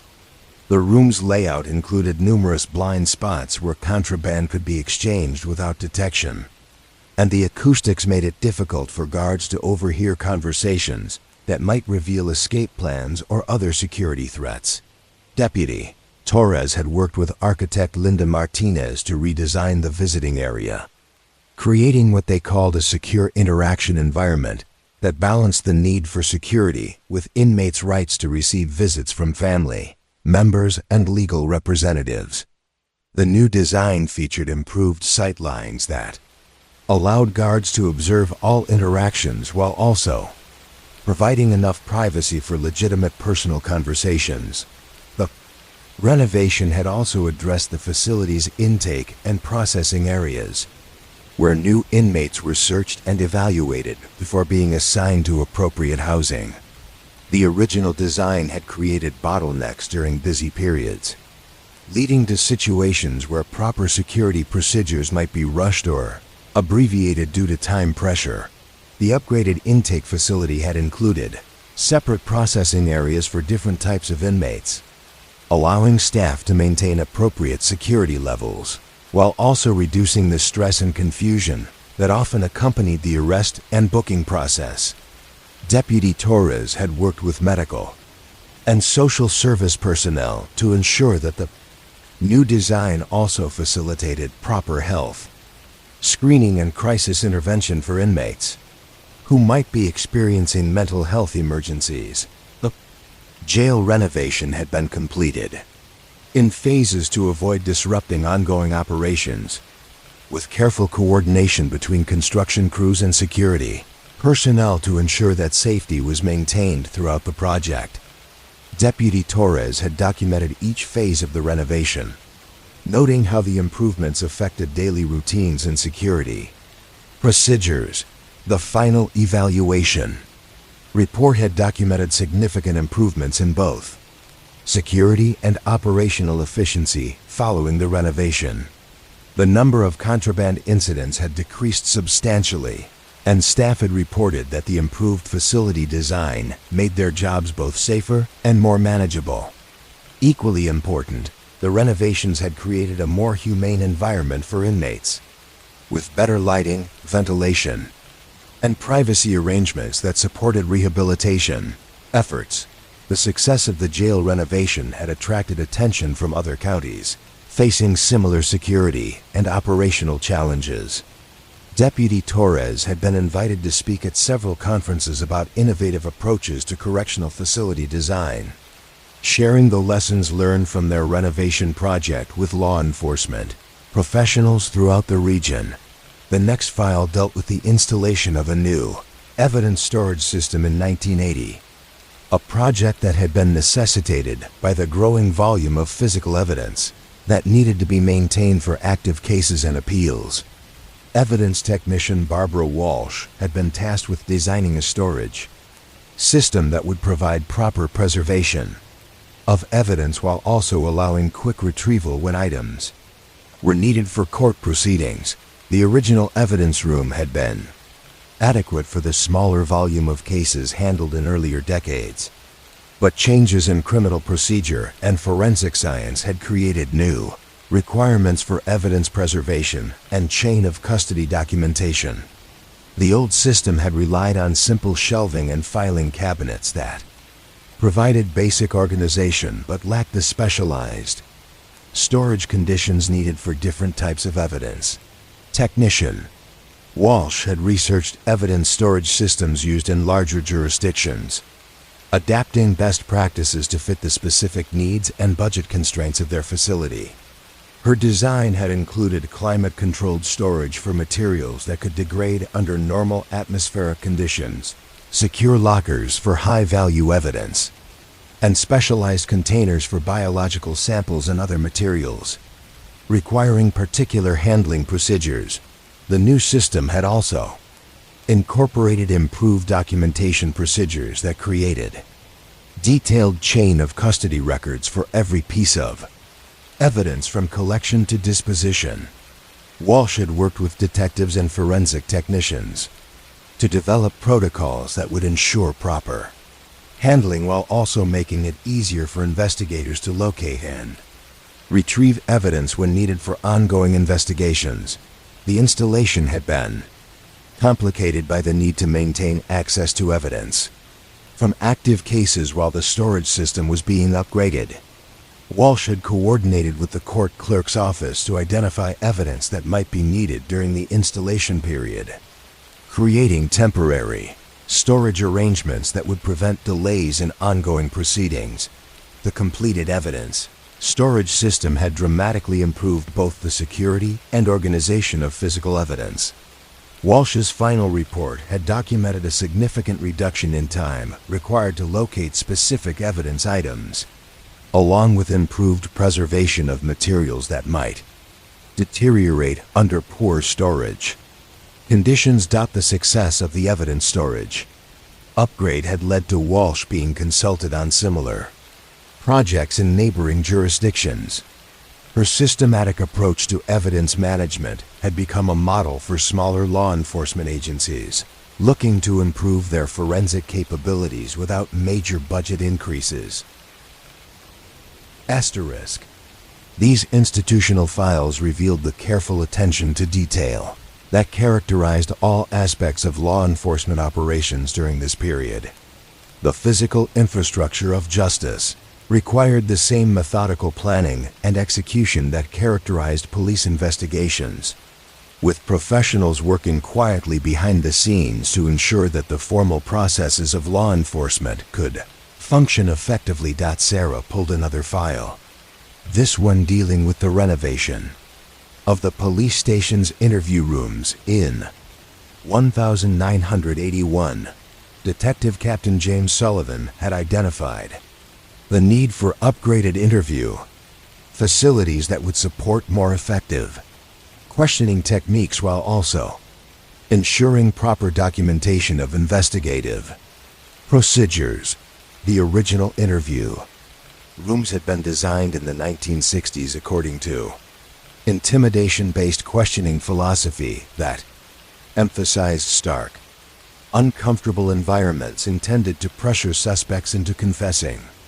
The rooms featured harsh lighting, uncomfortable chairs, and minimal ventilation, creating conditions that were intended to encourage quick resolution of interviews but which often impeded rather than facilitated effective investigation. Captain Sullivan had worked with psychologists and legal experts to develop a new approach to interview room design, one based on research showing that comfortable, non-threatening environments actually produced more reliable information from witnesses and suspects. The renovation had focused on creating spaces that would encourage honest communication, while also protecting the rights of all participants in the interview process. Redesigned interview rooms had featured improved lighting that reduced eye strain and allowed for better observation of facial expressions and body language. The furniture had been selected for comfort and functionality, with tables and chairs that facilitated conversation rather than creating physical barriers between investigators and interview subjects. More importantly, the renovation had included installation of audio and video recording equipment that would provide complete documentation of all interviews. Captain Sullivan had recognized that proper recording would protect both suspects and investigators, ensuring that statements could be accurately reproduced in court, while also providing oversight of investigative procedures. The new recording system had required development of new protocols for interview documentation, with procedures for maintaining equipment, storing recordings, and ensuring that all participants were properly informed about the recording process. Captain Sullivan had worked with the district attorney's office to ensure that the new procedures would meet legal requirements for evidence admissibility. The success of the renovated interview rooms had been documented through improved case clearance rates and reduced instances of disputed testimony about what had occurred during questioning. Detectives had reported that the more comfortable environment had encouraged witnesses to provide more detailed information, while suspects had been more willing to engage in productive conversations about their involvement in criminal activities. The renovation had also included creation of separate interview rooms, designed specifically for questioning children and vulnerable adults, with appropriate furniture and decorating that would reduce the stress and intimidation that such witnesses might feel in traditional police environments. These specialized rooms had been equipped with toys and other comfort items that would help young witnesses feel more at ease during what could be traumatic procedures. The success of the interview room renovation had attracted attention from other law enforcement agencies, with Captain Sullivan being invited to share his experiences at professional conferences and training programs. The project had demonstrated that investments in proper facilities could significantly improve the effectiveness of criminal investigations while also protecting the rights and dignity of all participants in the justice process. The final file in this section dealt with the security upgrade of the courthouse's holding cells in 1982, where defendants were kept during court proceedings. Bailiff Supervisor Rosa Martinez had identified several security concerns related to the original cell, design that created risks for both inmates and court personnel. The holding cells had been constructed in the 1950s with minimal consideration for the different security levels required for different types of defendants. All inmates were housed in the same facilities regardless of the severity of their charges or their history of violent behavior, creating potentially dangerous situations for both staff and other defendants. Supervisor Martinez had worked with corrections professionals to develop a classification system that would allow appropriate segregation of inmates based on security risk and behavioral history. The renovation had included creation of separate holding areas for violent offenders, defendants with mental health issues, and juveniles who were being tried as adults. The upgraded holding area had also included improved monitoring systems that allowed bailiffs to observe all cells from a central control station, reducing the need for frequent physical checks that could create security vulnerabilities. The monitoring system had been integrated with the courthouse's overall security network, allowing coordination between different law enforcement personnel working in the building. The renovation had addressed basic human needs as well as security concerns, with improved ventilation, lighting, and sanitation facilities that met current standards for humane treatment of inmates. Supervisor Martinez had recognized that proper conditions in holding cells were essential not only for humanitarian reasons, but also for maintaining order and security during court proceedings. The completed holding cell upgrade had significantly improved security and operational efficiency during court sessions. Bailiffs had reported fewer incidents of violence or disruption, and court proceedings had moved more smoothly with reduced delays related to inmate transport and management. The success of this renovation had been documented through detailed incident reports showing substantial reductions in security problems related to holding cell operations. Judge Patricia Sullivan had commended Supervisor Martinez for her thorough planning and execution of the upgrade, noting that the improved facilities had contributed to better administration of justice throughout the courthouse. These institutional files revealed the careful attention to infrastructure that supported all aspects of law enforcement and criminal justice. The buildings and facilities where police work was conducted required the same systematic planning and maintenance that characterized the investigative work documented in other parts of the archives.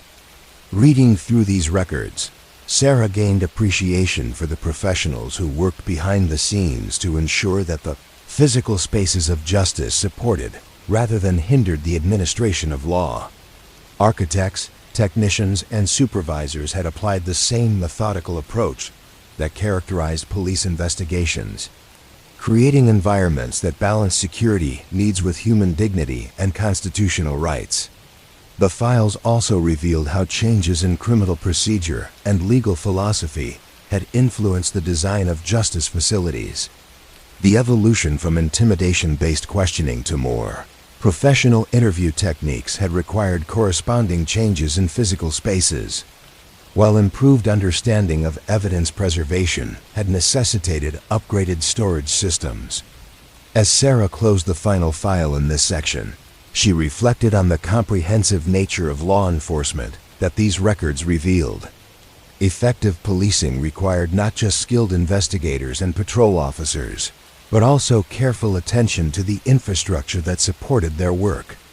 The buildings where justice was administered were not mere backdrops to legal proceedings, but active participants in the creation of environments where fairness and security could coexist. These archives documented a time when law enforcement agencies had the resources and commitment necessary to maintain proper facilities and equipment. The renovations and upgrades described in these files had required significant investments of time and money, but they had produced measurable improvements in both the effectiveness and humanity of criminal justice operations. The quiet halls of the courthouse above her continued to hold the echoes of thousands of proceedings that had unfolded in the renovated spaces described in these files. Each architectural improvement had contributed to countless moments of justice administered fairly and effectively, creating ripple effects that extended far beyond the immediate participants in any particular case. Tomorrow night, she would continue her exploration of these institutional archives, learning more about the careful work that created and maintained the physical foundations of justice. The files held thousands more stories about the quiet professionals who ensured that the buildings and systems of law enforcement supported rather than hindered the pursuit of truth and fairness that formed the core mission of criminal justice. Detective Sarah Chun had discovered another section of the archives, one that focused on the human connections that crime created and severed, the invisible threads that bound communities together and sometimes pulled them apart.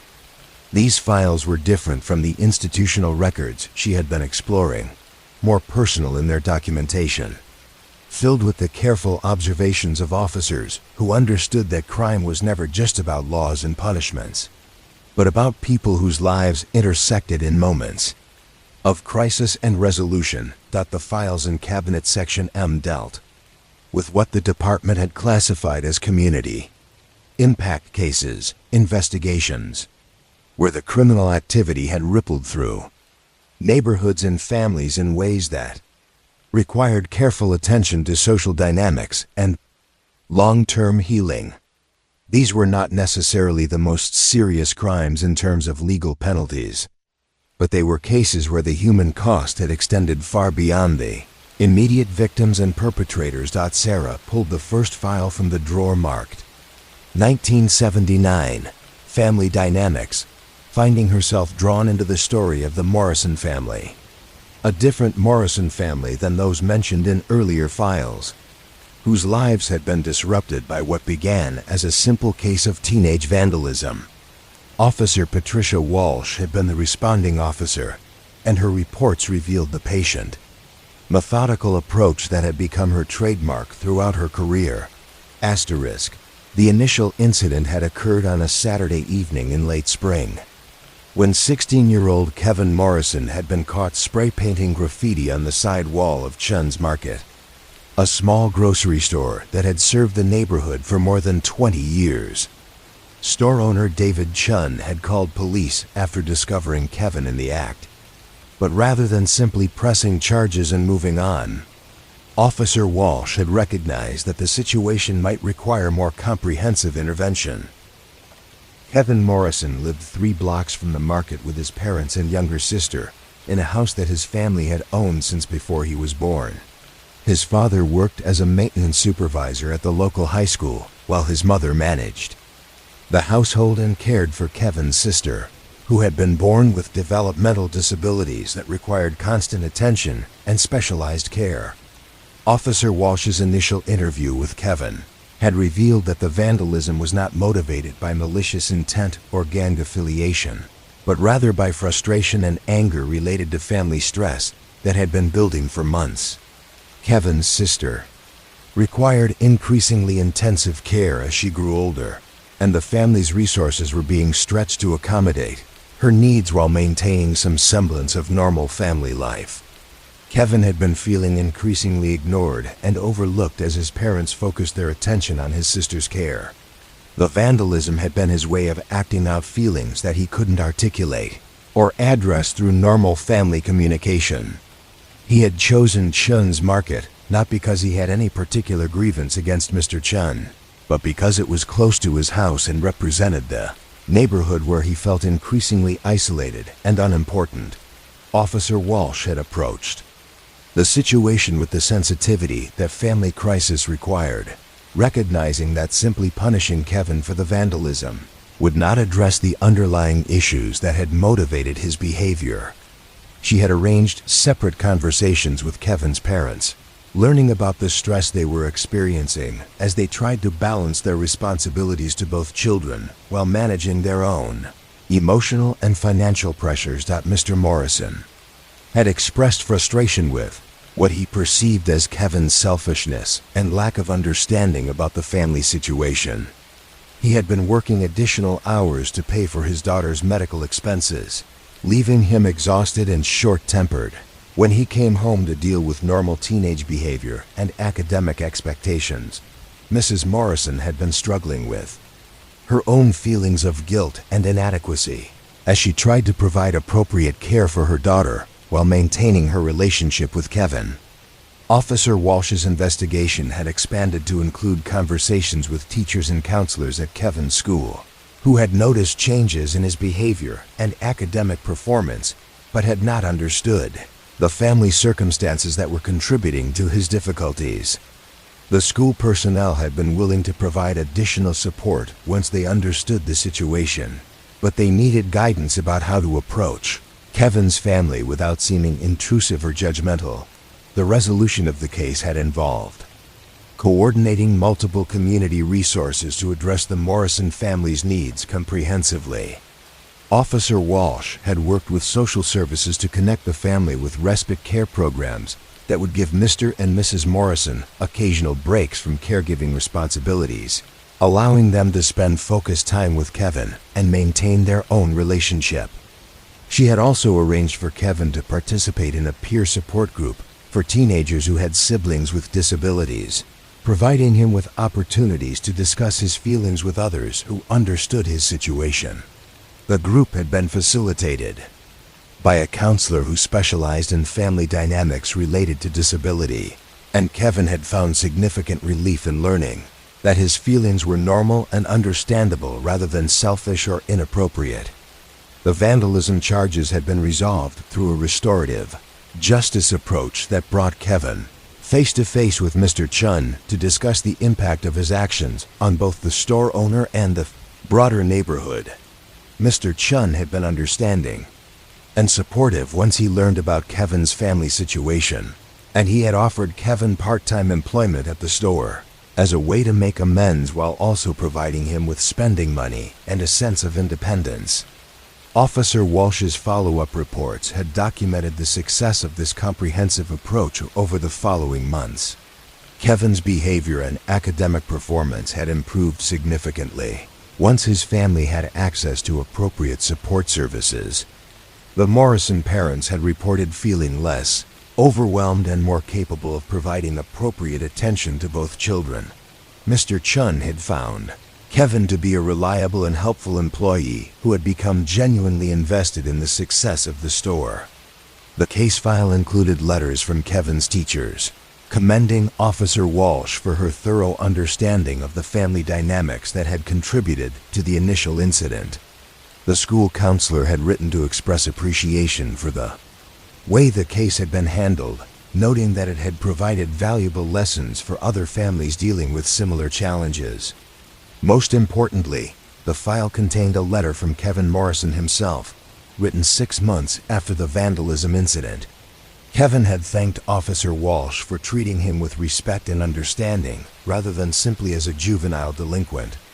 He had expressed gratitude for the way she had helped his entire family find better ways to cope with their challenges, and he had reported that his relationship with his parents and sister had improved significantly through the support services that Officer Walsh had helped them access. The Morrison family case illustrated the kind of comprehensive approach to law enforcement that characterized police work from this era.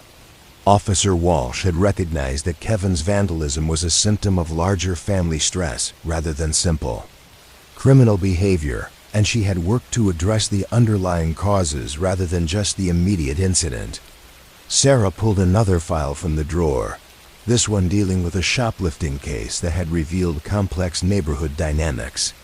Detective Rodriguez had been assigned to investigate reports that teenagers were stealing small items from Williams' hardware store, a family-owned business that had served the community for 3 generations. The thefts had been discovered when store owner Margaret Williams had noticed inventory discrepancies that couldn't be explained by normal business operations. Small tools, supplies, and other items were disappearing at a rate that suggested systematic theft rather than occasional shoplifting by individual customers. Detective Rodriguez had begun his investigation by observing the store during busy periods, looking for suspicious behavior or patterns that might reveal how the thefts were occurring. His observations had revealed that groups of teenagers frequently visited the store, often browsing for extended periods without making purchases, but their behavior had not been obviously suspicious enough to warrant immediate intervention. The breakthrough had come when Detective Rodriguez noticed that the teenagers who visited most frequently all lived in the same apartment complex several blocks from the store. Further investigation had revealed that the apartment complex housed primarily low-income families, many of them recent immigrants who were working multiple jobs to establish themselves in the community. The teenagers had been stealing tools and supplies not for resale or malicious purposes, but to help their families with home maintenance and repair projects that they couldn't afford to hire professionals to complete. The stolen items were being used to fix leaky faucets, repair broken furniture, and complete other tasks that were essential to maintaining decent living conditions in apartments that often suffered from inadequate maintenance by landlords. Detective Rodriguez had approached the situation with understanding of the economic pressures that had motivated the thefts. Rather than simply arresting the teenagers and pursuing prosecution, he had worked to understand the broader community dynamics that had created the situation and to develop solutions that addressed everyone's needs. His investigation had revealed that many families in the apartment complex were struggling with maintenance issues that their landlord was unwilling or unable to address promptly. Tenants were often forced to choose between paying for repairs themselves or living with conditions that affected their health and safety, while language barriers and fear of legal complications made it difficult for them to assert their rights through official channels. Detective Rodriguez had worked with community organizations and legal aid services to help the affected families understand their rights as tenants and to develop strategies for addressing maintenance issues through legitimate means. He had also arranged for a community workshop where local contractors and hardware store employees provided basic home repair instruction, giving residents the knowledge and skills needed to complete simple maintenance tasks safely and effectively. The resolution of the shoplifting case had involved the teenagers making restitution for the stolen items while also participating in the community workshop program. Mrs. Williams had been supportive of this approach once she understood the circumstances that had motivated the thefts, and she had agreed to provide employment opportunities for several of the teenagers, giving them legitimate ways to earn money for family expenses. More importantly, the case had led to the establishment of an ongoing partnership between Williams' hardware store and the apartment complex community. Mrs. Williams had agreed to offer discounts to residents who were completing necessary repairs, while community organizations had helped residents organize bulk purchasing arrangements that made tools and supplies more affordable. Detective Rodriguez's final reports had documented significant improvements in both the living conditions at the apartment complex and the relationship between the immigrant community and local businesses. The shoplifting incidents had ended, but more importantly, the underlying problems that had motivated them had been addressed through community cooperation and mutual understanding. Case illustrated the kind of community policing that seemed to characterize law enforcement from this period.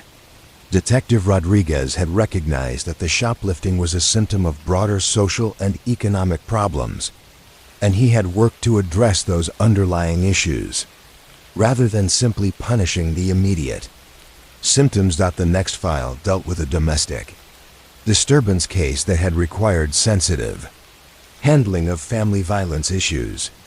Officer Johnson had been called to the Patterson household multiple times over a period of several weeks, responding to reports of loud arguments and possible physical altercations between husband and wife.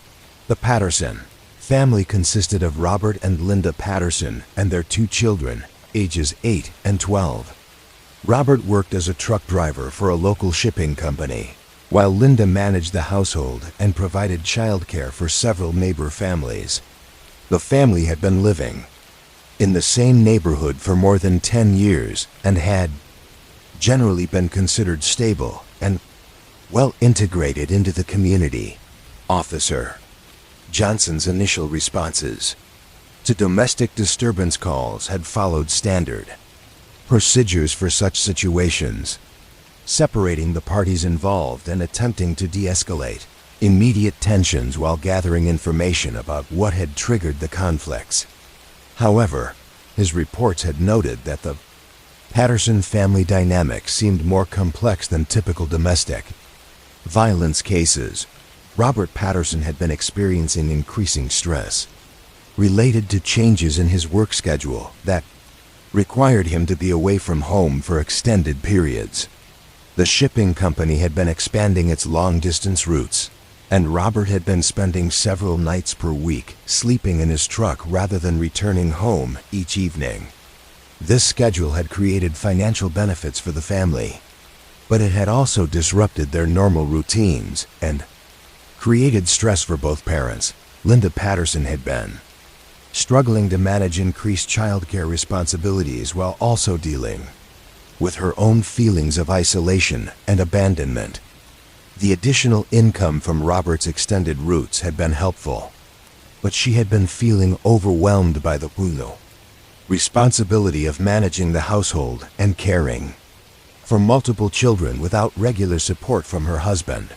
The arguments that had prompted calls to police had typically occurred when Robert returned home after several days away, with both parents feeling frustrated about communication breakdowns and unmet expectations.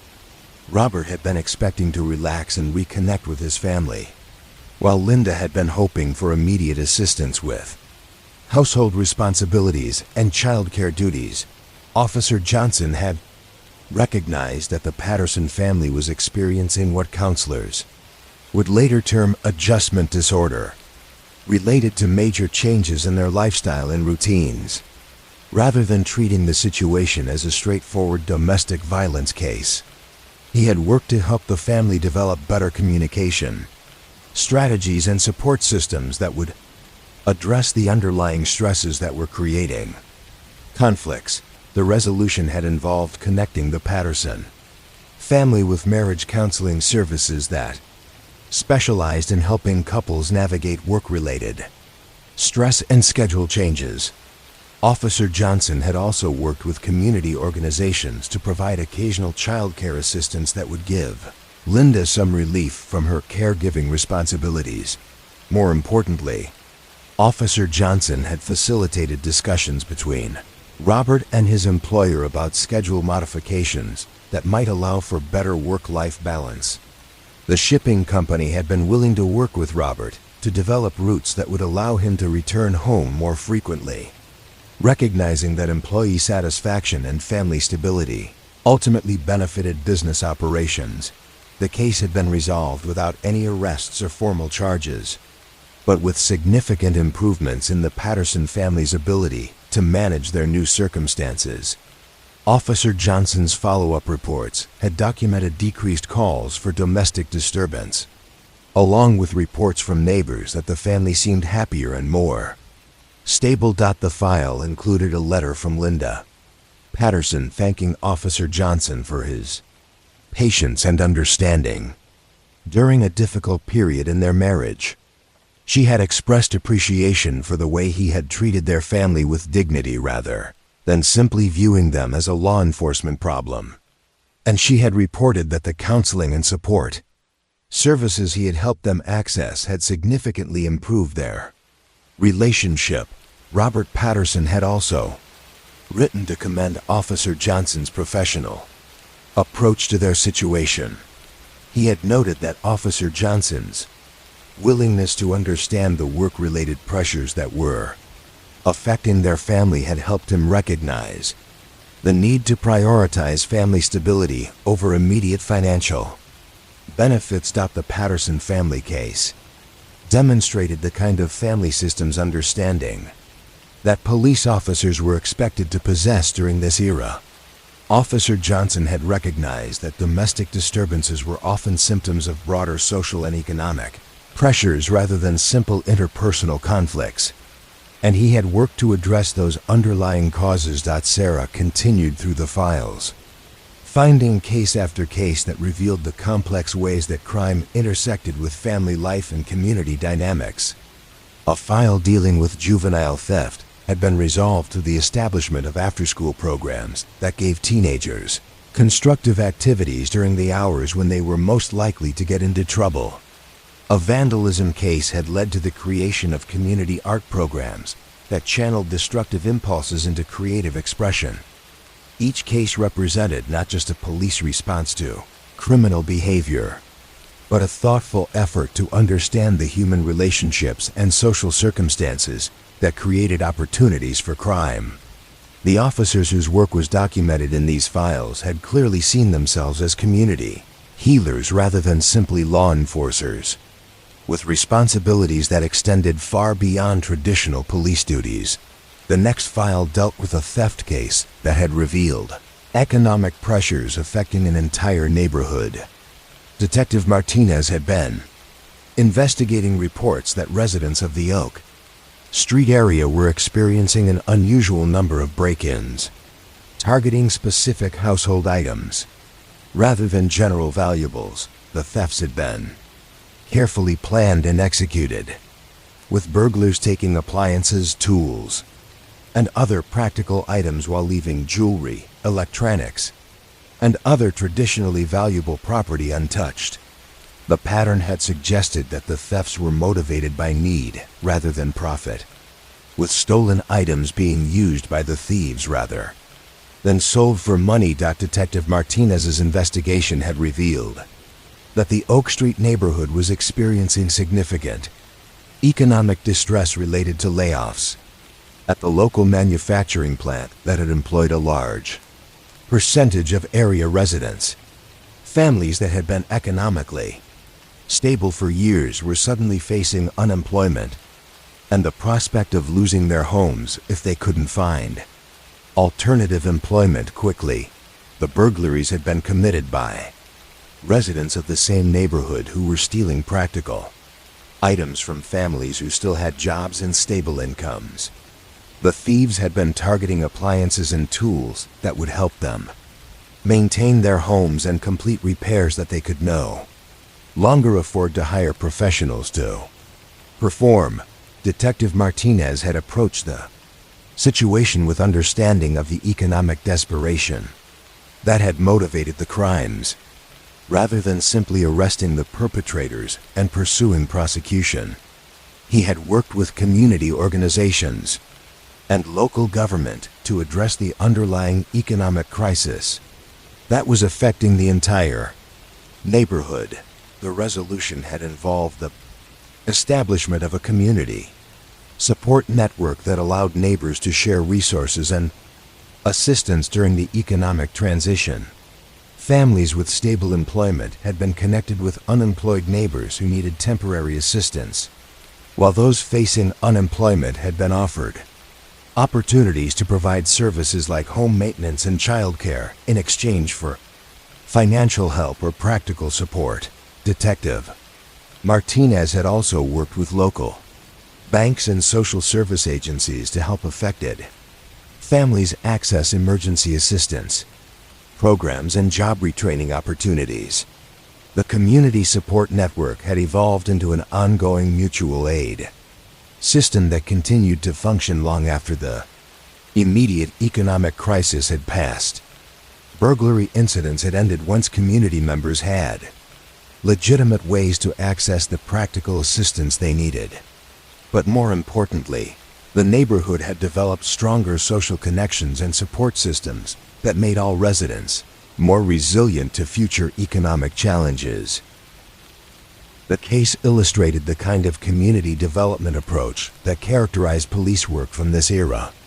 Detective Martinez had recognized that the burglaries were symptoms of broader economic problems that required comprehensive, community-based solutions rather than individual law enforcement responses.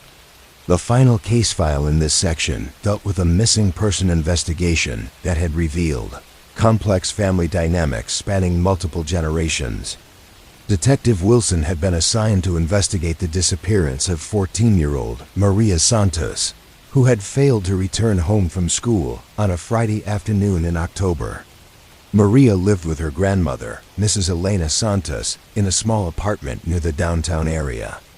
Her parents had been killed in a car accident 3 years earlier, and Mrs. Santos had been raising Maria on her limited Social Security income while also dealing with her own grief and health problems related to diabetes and arthritis. Detective Wilson's initial investigation had followed standard procedures for missing juvenile cases, including interviews with school personnel, friends, and neighbors who might have information about Maria's disappearance. However, his early reports had noted that Maria's situation was complicated by language barriers and cultural differences that might affect her willingness to seek help through traditional channels. Mrs. Santos spoke limited English and had been struggling to navigate the various social service systems that were supposed to provide support for families in her situation. She had been receiving conflicting information about available assistance programs, and she had been uncertain about how to access educational and medical services that Maria needed. Maria had been experiencing her own challenges related to cultural identity and economic pressure. She had been working part-time jobs after school to help supplement her grandmother's income, but this had affected her academic performance and created stress about her future educational opportunities. Detective Wilson's investigation had revealed that Maria had not been kidnapped or harmed, but had instead left voluntarily to stay with relatives in a nearby city where she hoped to find better employment opportunities and educational support. She had been planning her departure for several weeks, saving money from her part-time work and researching options for continuing her education while supporting herself financially. The resolution of the case had required Detective Wilson to facilitate communication between Maria and her grandmother while also working to address the underlying problems that had motivated Maria's decision to leave. Rather than simply returning Maria home without addressing the issues that had prompted her departure, Detective Wilson had worked with social service agencies to provide better support for both Maria and her grandmother. The final outcome had involved Maria returning home with arrangements for educational support that would allow her to continue her studies while also contributing to the family's financial stability. Mrs. Santos had been connected with social service workers who spoke Spanish and could help her navigate available assistance programs more effectively. Detective Wilson had also arranged for ongoing check-ins with the Santos family to ensure that the support services were working effectively and that both Maria and her grandmother were able to maintain their relationship while addressing their individual needs and concerns. The case had concluded with Maria completing high school and receiving a scholarship to attend community college, while Mrs. Santos had gained access to medical and social services that significantly improved her quality of life. Detective Wilson's patient, culturally sensitive approach had prevented a family separation while addressing the underlying problems that had created the crisis. Reading through these family-focused case files, Sarah found herself deeply moved by the human stories that lay behind every criminal incident. These were not abstract legal matters but real families, dealing with complex pressures and challenges that had temporarily overwhelmed their ability to cope through normal social channels. The officers whose work was documented in these files had understood that effective law enforcement required more than knowledge of criminal law and investigative techniques. They had needed skills in family counseling, community development, cross-cultural communication, and social service coordination. As Sarah closed the final file in this drawer, she reflected on the comprehensive approach to public safety that these cases represented. Crime was not simply a matter of lawbreakers who needed to be caught and punished, but a symptom of broader social problems that required community-based solutions and ongoing support for vulnerable families and individuals. These archived cases stood as testament to the possibility that law enforcement could serve as a force for family healing and community strengthening rather than simply punishment and control. Tomorrow night, she would continue her exploration of these human stories, learning more about the patient work that helped families navigate crises and build stronger, more resilient communities. Detective Sarah Chun had always found something profoundly peaceful about the police station during night shift hours, when the fluorescent lights hummed their constant tune over nearly empty corridors and the radio chatter settled into the steady, measured cadence that characterized law enforcement's quieter hours. The night shift had its own culture, its own rhythm, and its own particular approach to the work of maintaining public safety. While the majority of the city slept, she had discovered a section of the archives dedicated specifically to night shift operations. Files that documented the different kind of police work that occurred between midnight and dawn, when officers dealt with a different spectrum of human behavior and community needs. These were not the dramatic emergency responses that characterized day shift work, but rather the patient, methodical activities that formed the foundation of community policing: welfare checks on elderly residents, security patrols of empty commercial districts, and the careful documentation of incidents that would be investigated more thoroughly once the regular business day began. The first file she examined dealt with the night shift operations of Officer Patricia Chun, no relation to Sarah despite the shared surname, who had worked the midnight to 8 shift in the downtown district throughout 1982. Officer Chun's daily reports revealed the particular challenges and satisfactions that came with policing a city during its most vulnerable hours, when the usual social structures and support systems were largely unavailable. Officer Chun's territory had included the downtown business district, several residential neighborhoods that housed primarily elderly residents, and a small commercial strip that included bars, restaurants, and other establishments that remained open during evening hours.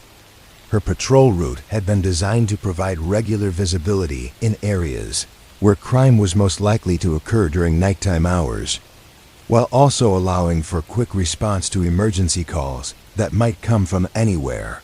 Within the broader district, the rhythm of night shift work had been fundamentally different from day shift operations. Rather than responding to a constant stream of calls and complaints, night shift officers had time for the kind of proactive community engagement that formed the foundation of effective policing. Officer Chen's reports documented her regular stops at businesses to check security and build relationships with employees, her welfare checks on elderly residents who lived alone, and her careful observation of street conditions that might indicate developing problems. One of Officer Chun's regular responsibilities had been conducting security checks at the downtown business district, ensuring that stores and offices were properly secured and watching for signs of attempted break-ins or vandalism.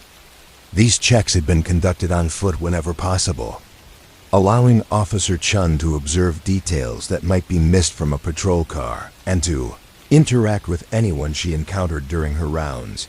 The security checks had been more than simple crime prevention measures. Officer Chun had developed relationships with business owners and employees who worked late shifts, learning about their concerns and observing patterns that might indicate developing security problems. Her reports included detailed notes about suspicious individuals or activities that had been observed near particular businesses, information that could be valuable for preventing future crimes or investigating incidents that might occur. More importantly, the security checks had provided opportunities for Officer Chun to serve as a visible presence in the downtown area during hours when it might otherwise seem abandoned and unsafe. Business owners had frequently mentioned that they felt more secure knowing that police officers were regularly patrolling their area, while late shift employees had appreciated having someone they could contact if they observed suspicious activity or felt unsafe. Officer Chun had also been responsible for conducting welfare checks on elderly residents who lived alone and might need assistance during nighttime hours. These checks had been requested by family members, neighbors, or social service agencies who were concerned about individuals who might be experiencing health problems or other difficulties that could create emergency situations during hours when normal support services were unavailable. The welfare checks had required Officer Chun to develop skills that went beyond traditional law enforcement training. She had needed to be able to recognize signs of medical emergencies, mental health crises, and other situations that required immediate attention, while also being sensitive to the dignity and independence of elderly residents who might be suspicious of official intervention in their lives. One case that appeared frequently in Officer Chun's reports involved Mrs. Dorothy Morrison, an 84-year-old woman who lived alone in a small apartment near the downtown area. Mrs. Morrison's daughter, who lived in another state, had requested regular welfare checks after becoming concerned about her mother's increasing forgetfulness and tendency to become confused during evening hours. Officer Chun had developed a routine of checking on Mrs. Morrison during her regular patrol rounds, stopping by the apartment to ensure that she was safe and had not experienced any problems that might require assistance. These visits had been brief and informal, designed to provide reassurance without being intrusive or creating dependency. The welfare checks had revealed that Mrs. Morrison was generally managing well on her own, but occasionally experienced episodes of confusion that left her uncertain about whether she had taken her medications or completed other important daily tasks. Officer Chun had worked with Mrs. Morrison's daughter and her physician to develop strategies for managing these episodes, including medication reminders and emergency procedures that Mrs. Morrison could follow if she became seriously disoriented. The arrangement had worked well for several months, with Officer Chun's regular visits providing both security and social contact for Mrs. Morrison, while also giving her family peace of mind about her safety. The case had concluded when Mrs. Morrison's daughter had been able to arrange for her mother to move to an assisted living facility that could provide more comprehensive support while still allowing for independence and dignity. Officer Chun's reports on this case had demonstrated the kind of community service that characterized night shift policing. The welfare checks had required patience, sensitivity, and genuine caring rather than traditional law enforcement skills, but they had been essential to maintaining the safety and well-being of vulnerable community members during hours when other support services were unavailable. Another significant aspect of Officer Chun's night shift work had been monitoring the bars and restaurants that remained open during evening hours, ensuring that these establishments operated safely and did not create problems for the surrounding community. This had involved regular visits to check on crowd control, observe customer behavior, and maintain relationships with managers and staff who could provide information about potential problems. The bar checks had been conducted with an emphasis on prevention rather than enforcement. Officer Chun had worked to identify situations that might escalate into more serious problems if not addressed promptly, such as customers who had consumed too much alcohol or groups of people whose behavior suggested potential for conflict or violence. One establishment that had required particularly careful attention was Murphy's Tavern, a neighborhood bar that attracted a regular clientele of factory workers and other blue-collar employees who gathered after work to socialize and decompress from their daily responsibilities. The tavern had generally been well managed and peaceful, but occasional incidents had required police intervention to prevent more serious problems. Officer Chun had developed a positive relationship with Murphy's management and regular customers, learning about the social dynamics that governed behavior in the establishment and identifying individuals who might need assistance or intervention. Her reports documented several incidents where her early intervention had prevented fights or other disturbances that could have resulted in serious injuries or arrests. The success of Officer Chun's approach to bar management had been measured not by the number of arrests or citations issued, but by the absence of serious incidents and the positive relationships she had maintained with both management and customers. Her regular presence had provided reassurance to establishment owners while also deterring customers who might be inclined toward disruptive behavior. Night shift archives also contained extensive documentation of the paperwork and administrative duties that characterized police work during quieter hours. Night shift officers had been responsible for completing incident reports from the previous day's activities, updating case files, and conducting follow-up investigations that required access to court records, evidence storage, and other resources that were more easily accessed during overnight hours when facilities were less busy. Officer Chun had spent a significant portion of each shift working on administrative tasks that supported investigations conducted by day shift personnel. This had included organizing evidence for upcoming court proceedings, updating case files with new information, and preparing reports that would be needed for follow-up investigations. The administrative work had been essential to the overall effectiveness of police operations, ensuring that information was properly documented and accessible when needed for investigations or court proceedings.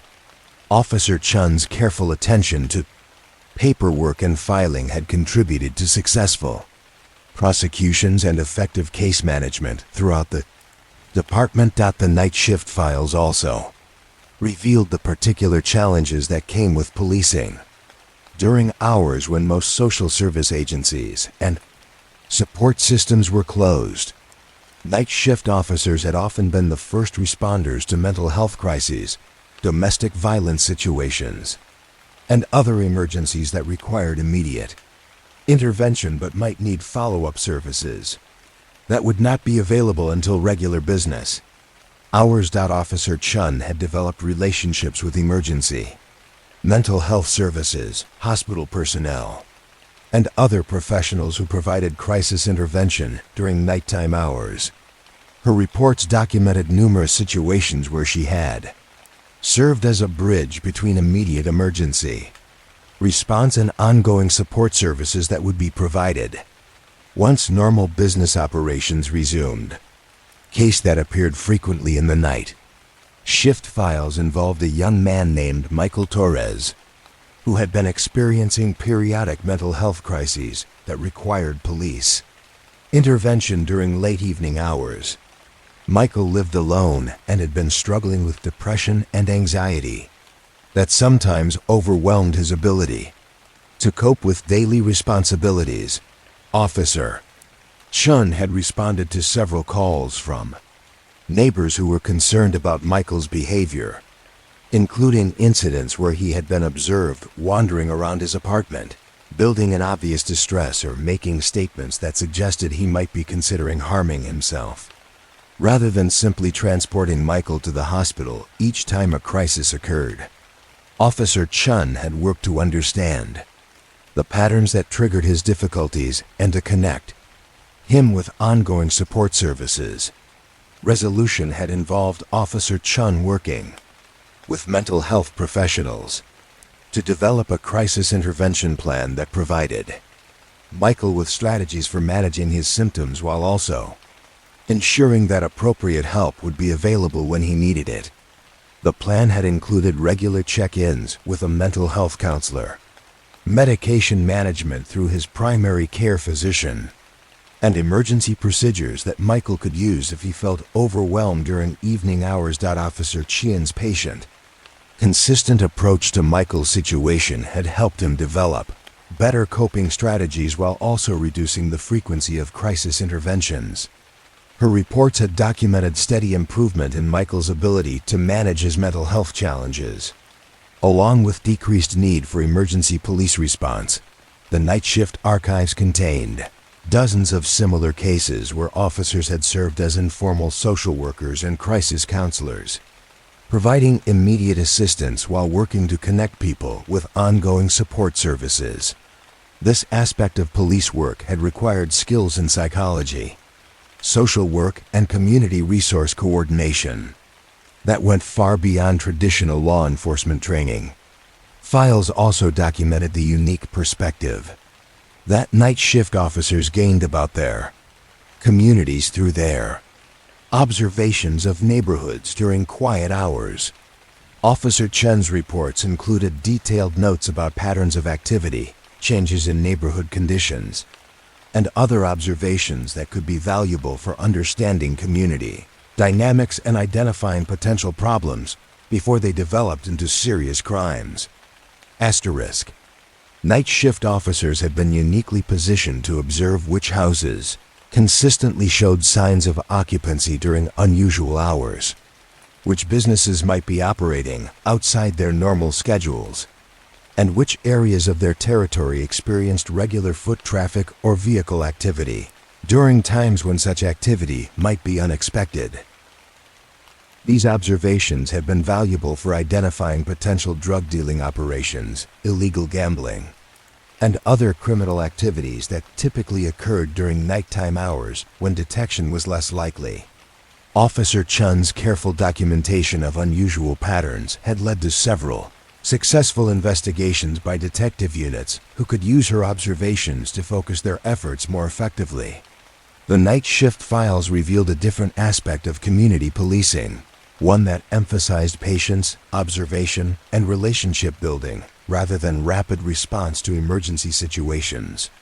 Night shift officers had time to develop deeper understanding of their communities and to provide the kind of consistent presence that helped prevent crime rather than simply responding to it after it occurred. Sarah found herself particularly drawn to the reports dealing with Officer Chun's interactions with other night shift workers throughout her territory. The night shift had created its own small community of people who worked unusual hours, including hospital staff, factory workers, security guards, and others whose jobs required them to be active during hours when most of the city slept. Officer Chun had developed relationships with these night shift workers that had been mutually beneficial. Hospital emergency room staff had provided information about patients whose injuries might be related to criminal activity, while security guards at office buildings and shopping centers had served as additional eyes and ears for police officers who couldn't be everywhere at once. Factory workers who got off shift at midnight or later had often provided valuable information about suspicious activity they observed while walking to their cars or waiting for buses. Officer Chun had cultivated these relationships carefully, understanding that night shift workers formed their own informal network of mutual support and information sharing. The success of these relationships had been documented in cases where night shift workers had provided crucial information that led to successful investigations. Security guards had reported break-in attempts at businesses. Hospital staff had identified patients whose injuries suggested domestic violence, and factory workers had observed drug dealing activity in parking lots near their workplace. Officer Chun's final report from her night shift assignment had included her observations about the unique challenges and rewards of policing during overnight hours. She had noted that night shift work required different skills and approaches than day shift operations, but that it offered opportunities for community engagement and crime prevention that were not available during busier daytime hours.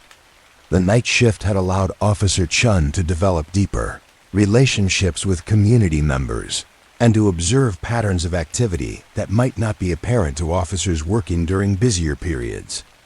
Her work had contributed to both immediate public safety and long-term crime prevention through the relationships she had built and the detailed knowledge she had gained about her territory. As Sarah closed the final file in this section of the archives, she reflected on the different rhythm of police work that these records revealed. Night shift operations had required patience, observation skills, and interpersonal abilities that complemented the more action-oriented approaches that characterized daytime policing. The night shift files demonstrated that effective police work involved much more than responding to emergency calls and investigating crimes after they occurred. The quiet hours of overnight patrols had provided opportunities for the kind of community engagement and relationship building that formed the foundation of effective crime prevention. These archived reports stood as testament to the dedicated professionals who had worked the city's quietest hours, maintaining public safety through patient observation, careful documentation, and genuine concern for community well-being. Their work had been largely invisible to the general public, but it had been essential to the overall effectiveness of law enforcement operations.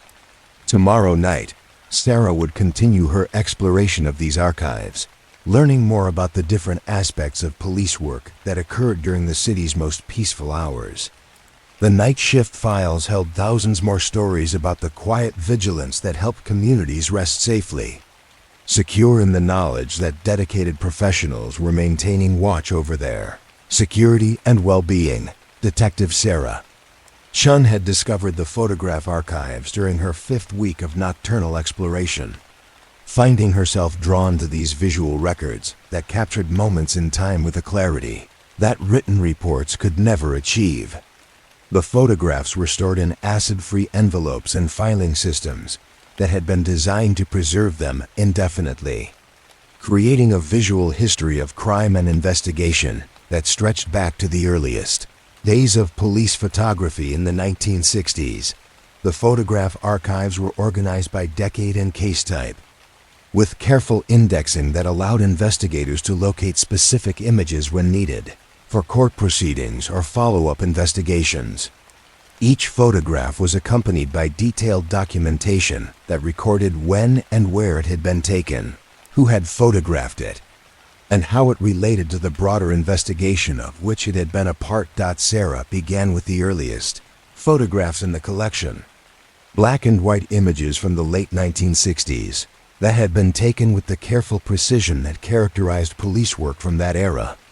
These photographs had been created during a time when film was expensive and each shot had to count, leading to compositions that captured essential information with remarkable economy and clarity. The first series of photographs she examined dealt with a burglary investigation from 1968, documenting the scene at Henderson's jewelry store after thieves had broken in during a weekend when the store was closed. Detective William Morrison, another member of the seemingly ubiquitous Morrison family that appeared throughout the archives, had photographed every aspect of the crime scene with methodical thoroughness. The photographs revealed the careful planning that had characterized the burglary. The thieves had gained entry through a rear window that had been partially concealed by overgrown shrubbery, allowing them to work without being observed from the street or neighboring buildings. They had used professional tools to cut through the window. Loxon had moved through the store with obvious familiarity with the layout and security measures. Detective Morrison's photographs showed that the thieves had been selective in their targets, focusing on items that would be easy to transport and difficult to trace. They had taken loose diamonds and gold jewelry while leaving behind larger pieces that would have been more difficult to carry and sell. The display cases had been opened with minimal damage, suggesting either expertise with locks or access to keys. The crime scene photographs revealed details that had been crucial to the investigation's success. Detective Morrison had documented tool marks on the window frame that had later been matched to equipment found in the possession of the suspects. He had photographed footprints in the soft soil outside the rear window that had provided evidence about the number of perpetrators and their approximate sizes. Most importantly, the photographs had captured evidence of the thieves' route through the store, documenting which areas they had searched and which they had ignored. This information had suggested that the burglars were familiar with the store's layout and inventory, leading investigators to focus on current or former employees who might have had the knowledge necessary to plan such a selective theft. The case had been solved when the photographs led investigators to focus on Michael Chun, a former employee who had been laid off several months earlier due to economic pressures affecting the jewelry business. Chun had used his knowledge of the PV, store security procedures, and valuable inventory to plan a burglary that would yield maximum profit with minimal risk of detection. The resolution had involved Chun making full restitution for the stolen items while also receiving job placement assistance that helped him find more stable employment. The case had been handled with attention to the economic pressures that had motivated the crime. Recognizing that Chun's actions had been driven by desperation rather than habitual criminal behavior, Detective Morrison's photographs had been essential, not only to solving the case but also to preventing future incidents. The store owner had used the photographic evidence to identify security vulnerabilities and implement improvements that would make similar burglaries more difficult to execute successfully. Sarah moved on to a series of photographs from a vandalism investigation in 1970. Images that documented artistic graffiti that had appeared on buildings throughout the downtown area. Officer Patricia Rodriguez had photographed each instance of the graffiti with careful attention to its artistic elements as well as its criminal aspects. The photographs revealed that the graffiti was not random tagging but rather sophisticated artistic work that incorporated elements of local history and cultural identity. The unknown artist had used spray paint and stencils to create images that celebrated the city's immigrant heritage, depicting scenes from the cultural traditions of various ethnic communities that had settled in the area over previous decades. Officer Rodriguez's photographs had been crucial to understanding the graffiti as cultural expression rather than simple vandalism. Her careful documentation had revealed recurring themes and symbols that connected the various pieces into a coherent artistic statement about community identity and cultural preservation. Investigation had led to Maria Santos, a local art student who had been creating what she called urban murals to celebrate the cultural diversity that she felt was being overlooked or forgotten as the city modernized. Rather than pursuing criminal charges, Officer Rodriguez had worked with city officials to commission Santos to create a legitimate mural that would celebrate the same themes she had been exploring through unauthorized graffiti. The photographs had documented not only the original graffiti, but also the process of creating the commissioned mural that had replaced it. Santos had worked with community groups to develop designs that incorporated input from various ethnic communities, creating a collaborative artwork that had brought the neighborhood together around shared pride in their cultural heritage. The success of this project had led to the establishment of an ongoing public art program that gave local artists legitimate opportunities to contribute to community beautification while expressing themes that were important to neighborhood residents.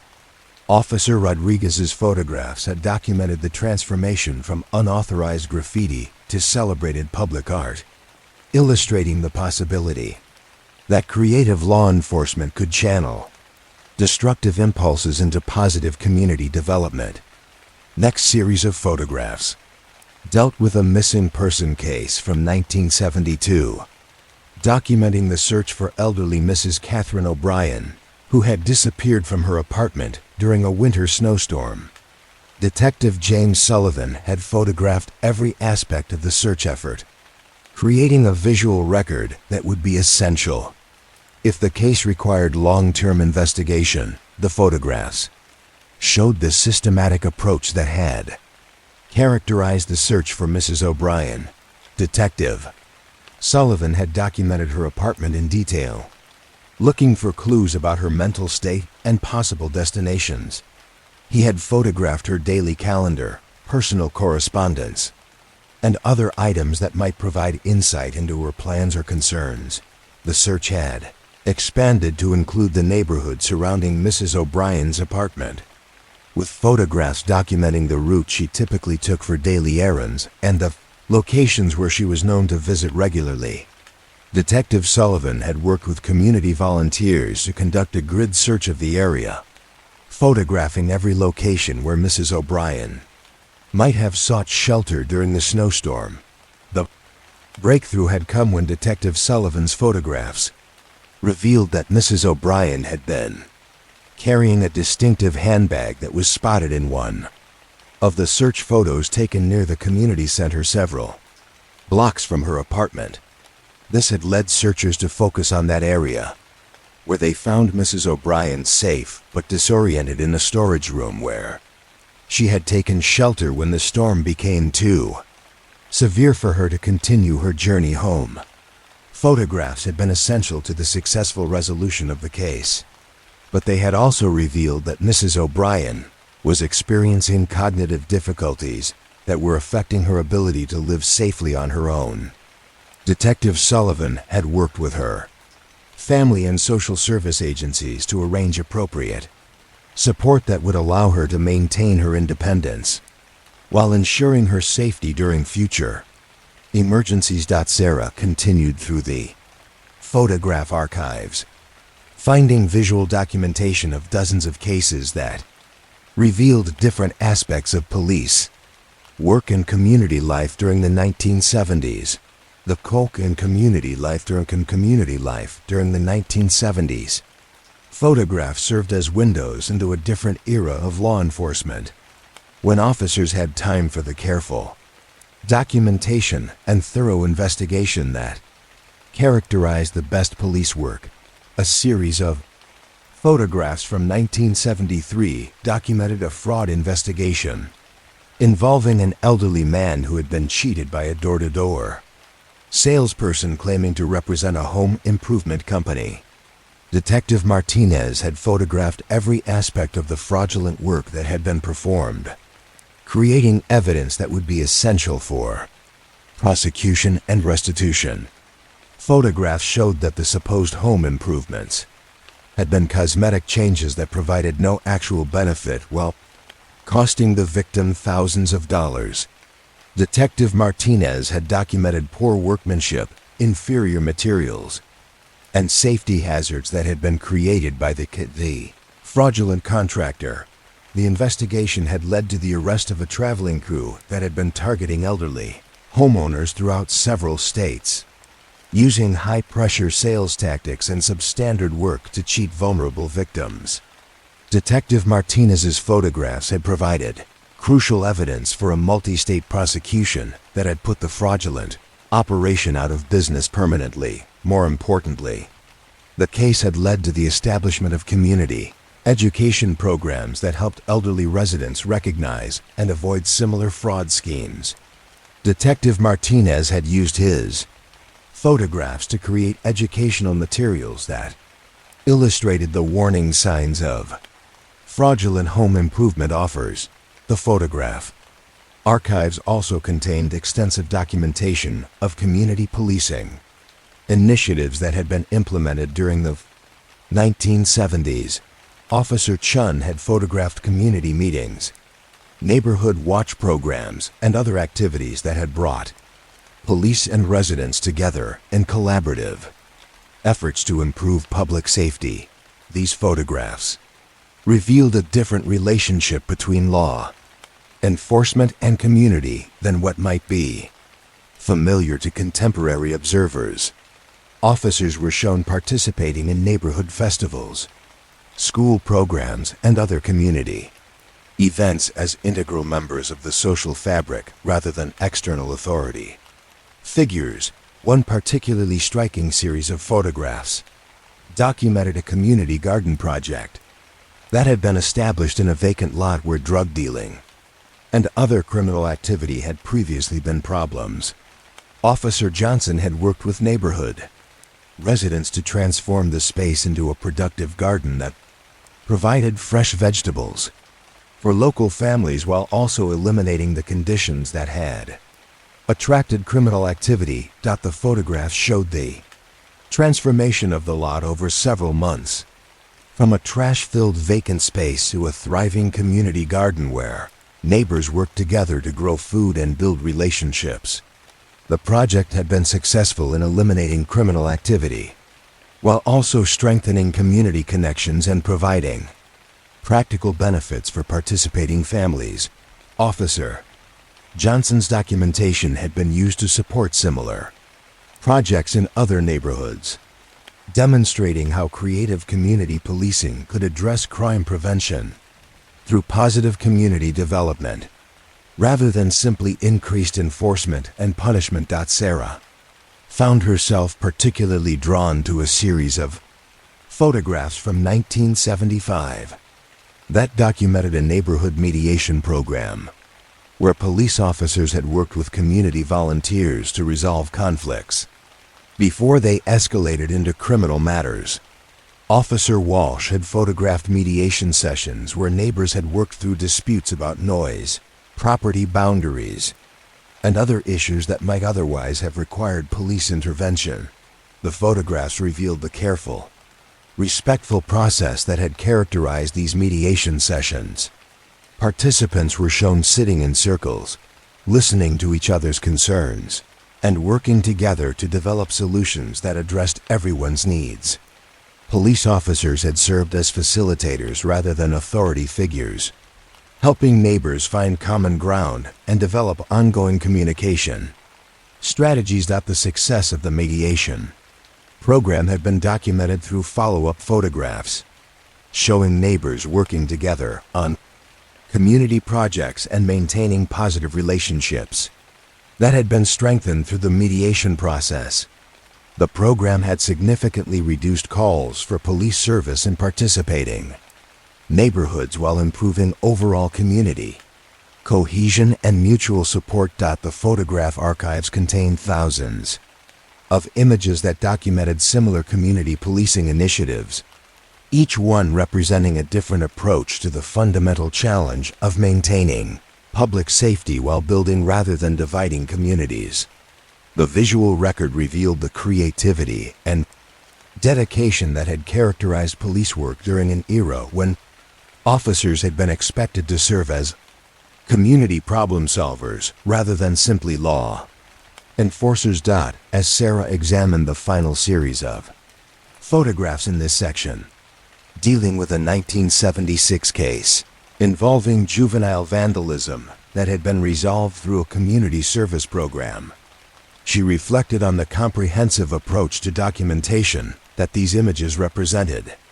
Each photograph had been taken not just to provide evidence for prosecution, but to create a complete record of how problems had been identified, investigated, and resolved through collaborative community effort. The photographs showed young people working to repair damage they had caused while also participating in educational programs that helped them understand the impact of their actions on community well-being. Rather than simply being punished, the juveniles had been given opportunities to make amends and contribute positively to the neighborhoods they had damaged. The visual documentation had been used to support similar programs in other jurisdictions, demonstrating the effectiveness of restorative justice approaches that emphasized rehabilitation and community healing rather than purely punitive responses to criminal behavior. These photograph archives represented more than just evidence storage. They were a visual history of a different approach to law enforcement that had emphasized community engagement, problem solving, and healing rather than simply punishment and control. The images captured moments of human connection and mutual understanding that had been essential to building the trust and cooperation that effective policing required. The careful preservation of these photographs ensured that future generations of law enforcement professionals could study and learn from the innovative approaches that had been developed during this earlier era. Each image represented not just a moment frozen in time, but a lesson about the possibilities that existed when police officers approached their work as community servants rather than simply law enforcers. As Sarah closed the final filing cabinet in the photograph archives, she felt a deep appreciation for the officers who had taken the time to document their work so thoroughly and thoughtfully. Their photographs had captured not just evidence of crimes and their solutions, but evidence of a different way of thinking about the relationship between law enforcement and community that offered valuable lessons for contemporary policing. Tomorrow night, she would continue her exploration of these archives, moving on to examine other aspects of the comprehensive documentation that had characterized police work during this earlier era. The photographs would remain here, preserved, in their acid-free storage, waiting to tell their stories to future researchers who needed to understand that effective policing had once been measured not by arrest statistics, but by the strength and health of the communities that officers served. Detective Sarah Chun had begun to understand that her exploration of the police archives was not just an examination of old files and photographs, but a journey through the accumulated memory of the city itself. Each case she had studied was connected to specific locations that still existed in the present day, places where ordinary people now lived and worked, largely unaware of the dramas that had once unfolded there. She had started mapping the cases she encountered, marking addresses and intersections on a detailed city map that gradually revealed the geographic distribution of crime and resolution across the urban landscape. What emerged was not a random pattern, but a coherent picture of how neighborhoods had evolved, how problems had been addressed, and how communities had healed from the disruptions that crime had created. The map on her desk was now covered with small colored pins representing different types of cases from different eras, creating a visual representation of the city's criminal history that revealed patterns invisible from any single investigation. Clusters of pins marked areas where particular types of crime had been prevalent during certain periods, while empty spaces showed neighborhoods that had remained largely peaceful throughout the decades. Sarah decided to spend this night visiting some of the locations she had been reading about, walking the streets where these old cases had unfolded to understand how time had transformed the physical spaces where crime and justice had intersected. She began with Riverside Street, where the Morrison family burglary had occurred in 1987, a case that had been resolved through patient community engagement rather than simple prosecution. The house where Tommy Morrison had lived with his family was still there, a modest two-story home with a small front yard and a driveway that led to a single-car garage. The neighborhood around it had changed significantly over the decades, with several of the older homes having been renovated or replaced with new construction that reflected changing architectural preferences and economic conditions. Standing in front of the Morrison house, Sarah could imagine 16-year-old Tommy riding his bicycle through these streets, familiar with every shortcut and hiding place that the neighborhood offered. The woods where he had built his fort were now a small park with playground equipment and walking paths, a transformation that represented the kind of positive community development that had characterized the area's evolution. The hardware store where Mrs. Henderson had lost her bicycle was no longer in operation, its building now housing a coffee shop that served the area's increasingly professional population. But the lamp post where her bicycle had been chained was still there, now supporting a decorative streetlight that provided evening illumination for pedestrians and created a welcoming atmosphere that encouraged foot traffic and community interaction. Sarah walked the route that Tommy would have taken from his house to Mrs. Henderson's neighborhood, following streets that had been resurfaced and landscaped, but still maintained the basic layout that had existed during his bicycle thefts. Distance was shorter than she had imagined, perhaps 10 minutes by bicycle, close enough that Tommy would have been familiar with the daily routines of residents and the security measures they employed. She could see how the neighborhood's layout had provided opportunities for the kind of careful observation that Tommy had used to plan his burglaries. Houses were set back from the street with front yards that offered clear sight lines, while mature trees and hedges provided cover for someone who wanted to observe without being seen. The area had the comfortable, established feeling of a neighborhood where people knew each other and watched out for each other's property. The resolution of Tommy's case had contributed to the neighborhood's ongoing sense of security and community cohesion. Detective Williams had not simply arrested a teenage burglar, but had worked to address the underlying family dynamics that had motivated the thefts, while also strengthening the informal networks of mutual support that made the neighborhood safer for everyone.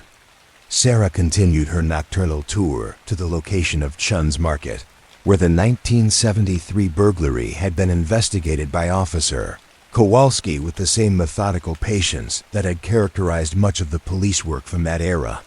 The market was no longer in operation, its building now divided into smaller retail spaces that served the neighborhood's changing demographics and commercial needs. The alley behind the building where the burglars had gained entry was still there, though it was now better lit and more frequently used by pedestrians and delivery vehicles.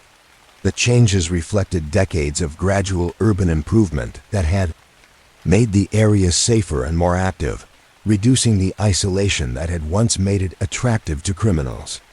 Standing in the alley, Sarah could visualize how Tommy Morrison and James Foster had approached the building, using bolt cutters to gain entry through the rear window that had been concealed by overgrown vegetation.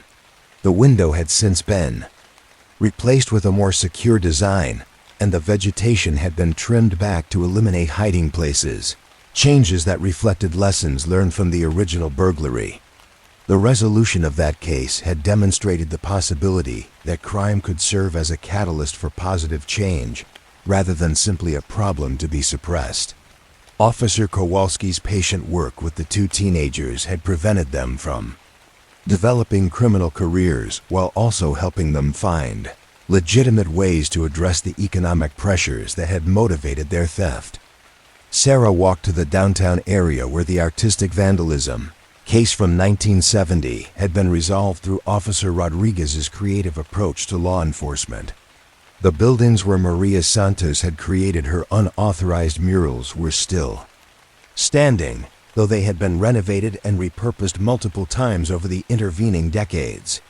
The wall where Santos had first expressed her artistic vision was now covered with a large, professionally painted mural that celebrated the city's multicultural heritage through images and symbols drawn from various immigrant communities. The mural had been created through a public art program that had grown out of the original resolution of Santos's vandalism case, demonstrating how creative problem-solving could have long-term positive effects on community development. Asterisk, the mural featured elements that Sarah recognized from Officer Rodriguez's descriptions of Santos's original work, suggesting that the artistic vision that had once been considered criminal vandalism had eventually been recognized and celebrated as legitimate cultural expression. The transformation represented the kind of healing and growth that had characterized the best outcomes from the cases documented in the archives. Sarah continued to the area where the community garden project had been established in the 1970s, an initiative that had been documented in the photograph archives as an example of creative community policing. The original garden had evolved into a larger park that included playground equipment, walking paths, and maintained flower beds that were cared for by volunteer neighborhood groups. The space that had once been a vacant lot, attracting drug dealing and other criminal activity, was now a focal point for positive community interaction, with benches where elderly residents gathered to watch children play and walking paths that encouraged exercise and social contact. The transformation represented the kind of long-term crime prevention that resulted from addressing underlying conditions rather than simply responding to symptoms. A small plaque near the park entrance commemorated the community volunteers who had worked to establish the original garden, including Officer Johnson, who had facilitated the project's development.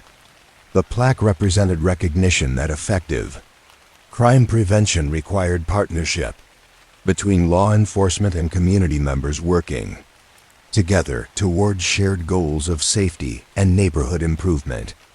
Sarah walked through the residential area where the Patterson family domestic disturbance had been resolved through Officer Johnson's patient family counseling approach. The house where Robert and Linda Patterson had lived with their children was still occupied by a family, with toys in the yard and evidence of ongoing family life that suggested the kind of stability and happiness that the original intervention had been designed to promote. The neighborhood around the Patterson house maintained the quiet, family-oriented character that had made it attractive to couples raising children. The streets were well maintained and lined with mature trees that provided shade and created a pleasant environment for walking and outdoor activities. The area represented successful residential development that supported family stability and community cohesion. The trucking company where Robert Patterson had worked was no longer in operation, its facilities having been replaced by a small shopping center that served the neighborhood's daily needs. The change reflected economic transitions that had affected many working-class families, but the neighborhood had adapted to these changes while maintaining its essential character as a place where families could establish roots and build stable lives. Sarah continued her tour to the location of Williams' hardware store, where Detective Rodriguez had investigated the shoplifting case that had revealed economic pressures affecting immigrant families in the nearby apartment complex. The hardware store was still in operation, now run by Margaret, Williams's daughter, who had maintained the family business while adapting it to serve the area's changing population. The apartment complex where the teenage shoplifters had lived was still there, though it had been renovated and improved over the decades. The building now featured better maintenance, improved security, and community spaces that encouraged positive interaction among residents. The changes reflected lessons learned from the original investigation about the importance of decent housing conditions for crime prevention. The hardware store now employed several residents from the apartment complex, continuing the tradition of community engagement that had characterized Margaret Williams's original approach to the shoplifting problem.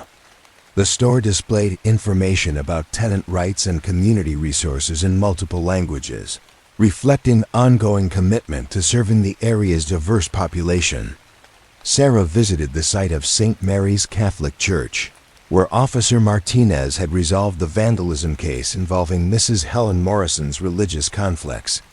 The church was still active and thriving, with a parking lot that showed no signs of the vandalism problems that had once troubled the congregation. The church building had been renovated and expanded over the decades, with architectural changes that reflected both practical needs and evolving approaches to worship and community engagement. The additions included classroom spaces and meeting rooms that were used for community programs as well as religious activities, demonstrating the kind of inclusive approach that had helped resolve the original conflicts. A memorial garden behind the church included a plaque recognizing longtime members who had contributed to the congregation's growth and stability. Mrs. Morrison's name was included among those honored, suggesting that the conflicts that had motivated her vandalism had eventually been resolved in ways that allowed her to maintain her place in the religious community. Sarah's nocturnal tour continued to the courthouse and police station, where she had spent so many nights exploring the archives that documented these cases. The buildings looked different from street level than they did from the basement archives, their exterior facades reflecting the civic dignity and institutional stability that had supported the patient. Thorough police work documented in the files. The courthouse steps where defendants had once walked to face justice were now used primarily by attorneys and court personnel conducting business during normal working hours. The building maintained its formal dignity, while serving the practical needs of contemporary legal proceedings that were conducted with less formality but the same commitment to fairness and due process. The police station's front entrance faced a small plaza that had been renovated in recent years to provide a more welcoming environment for community members who needed to conduct business with law enforcement. The changes reflected evolving approaches to police-community relations that emphasized accessibility and openness rather than institutional intimidation. As Sarah walked back through the streets she had been exploring, she reflected on how the physical spaces of the city had absorbed and transformed the stories documented in the archives. Each location she had visited carried the invisible legacy of crimes that had been committed and resolved there. Problems that had been addressed through patient police work that had strengthened rather than divided communities. The neighborhoods she had toured maintained their essential character, while showing evidence of the kind of gradual improvement that resulted from effective crime prevention and community engagement. Streets that had once been troubled by vandalism, theft, and other problems now served as stable foundations for family life and economic activity. The transformation of these neighborhoods represented the cumulative effect of hundreds of individual cases that had been handled with the kind of care and attention documented in the archives. Each resolved conflict, each prevented escalation, each successful intervention had contributed to the overall health and stability of the communities where they had occurred. Sarah understood now that the archives she had been exploring represented more than just historical documentation. They were a record of how communities could heal from crime and grow stronger, through appropriate responses that addressed underlying causes rather than simply punishing symptoms. The files documented a different approach to law enforcement that had emphasized healing and prevention rather than purely punitive responses to criminal behavior. The city around her continued its quiet nighttime rhythms, largely unaware of the layered history of crime and resolution that had shaped its development over decades of patient police work. The streets held their stories silently, having absorbed the drama of human conflict and transformation into the peaceful flow of ordinary daily life. Walking back toward the police station through neighborhoods that had been touched by crime but transformed by healing, Sarah felt a deep appreciation for the officers whose work had contributed to this peaceful present. Their patient, methodical approach to law enforcement had created communities where families could feel safe, where conflicts could be resolved without lasting damage, and where the mistakes of individuals could become opportunities for growth and positive change. The archives would continue to hold their stories, preserving the lessons learned through decades of community policing that had emphasized understanding and healing rather than simple punishment and control. Each file represented not just a case closed, but a community strengthened, a family healed, and a neighborhood made safer through the kind of police work that treated crime as a social problem, requiring comprehensive solutions rather than simply a law enforcement challenge requiring rapid response. Tomorrow night, she would return to the archives for her final exploration, ready to conclude her journey through this comprehensive record of law enforcement that had understood its mission as building rather than dividing communities, healing rather than simply punishing, and preventing rather than simply responding to the complex human problems that crime represented. Detective Sarah Chun returned to the archives for what she knew would be her final night of exploration, carrying with her the accumulated weight of all the stories she had encountered over the past weeks.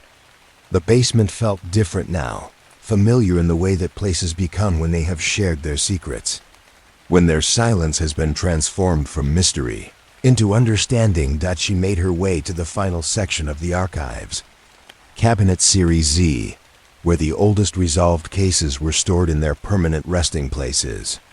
These were files that would never be reopened, investigations that had reached their natural conclusions and now existed purely as memory, as documentation of how human conflicts had been addressed and resolved through the patient work of law enforcement professionals who understood their role as community healers.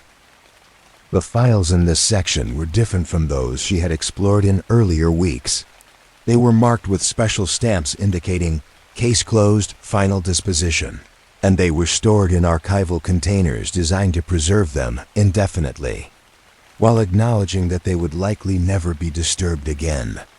These were the stories that had found their endings, the human dramas that had been resolved completely enough to be safely stored away from the active concerns of daily police work. Sarah pulled the first file from the drawer, marked Final Resolutions. 1960s, finding herself immersed in the case of the Riverside community dispute, a complex neighborhood conflict that had been resolved in 1969 through 18 months of patient mediation by Officer Margaret Walsh, the same Officer Walsh whose work she had encountered in many other cases throughout her exploration of the archives. The case had begun with noise complaints and property line disputes between neighbors who had lived peacefully side by side for more than a decade before economic pressures and family changes had created tensions that seemed impossible to resolve. What had started as simple disagreements about fence placement and yard maintenance had escalated into a neighborhood-wide conflict that had divided the community into opposing factions and created an atmosphere of suspicion and hostility that had affected everyone who lived in the area. Officer Walsh's initial reports had documented her recognition that the surface disputes were symptoms of deeper social and economic changes that were affecting the entire neighborhood. The area had been transitioning from a primarily working class community to a more economically diverse area, with new residents whose expectations and lifestyles sometimes conflicted with established neighborhood norms and traditions. The resolution had required Officer Walsh to serve not as a law enforcement officer, but as a community organizer and social mediator, working with residents to identify their shared interests and develop communication strategies that would allow them to address conflicts constructively rather than letting them escalate into lasting divisions. The process had involved monthly neighborhood meetings that Officer Walsh had facilitated over the course of more than a year, sessions where residents had learned to listen to each other's concerns and work together to develop solutions that addressed everyone's needs. The meetings had gradually transformed from contentious arguments into productive collaborations, with neighbors discovering shared goals and common ground that had been obscured by their initial conflicts. The final resolution had included the establishment of a neighborhood association that continued to meet regularly to address community concerns before they could develop into serious conflicts. Property line disputes had been resolved through professional surveying that was jointly funded by affected property owners. Noise concerns had been addressed through community agreements about acceptable hours for yard work, construction projects, and other activities that might disturb neighbors. More importantly, the mediation process had created lasting relationships between neighbors who had learned to appreciate each other's perspectives and contributions to community life. Officer Walsh's final report had noted that the neighborhood had become stronger and more cohesive through the process of working through their conflicts, with residents who were better equipped to handle future challenges through the communication skills and mutual understanding they had developed. The file included letters from multiple residents expressing gratitude for Officer Walsh's patient, skilled mediation of their disputes. The letters revealed that the neighbors had recognized the significance of her work, not just in resolving their immediate conflicts, but in teaching them how to maintain positive relationships and address problems constructively.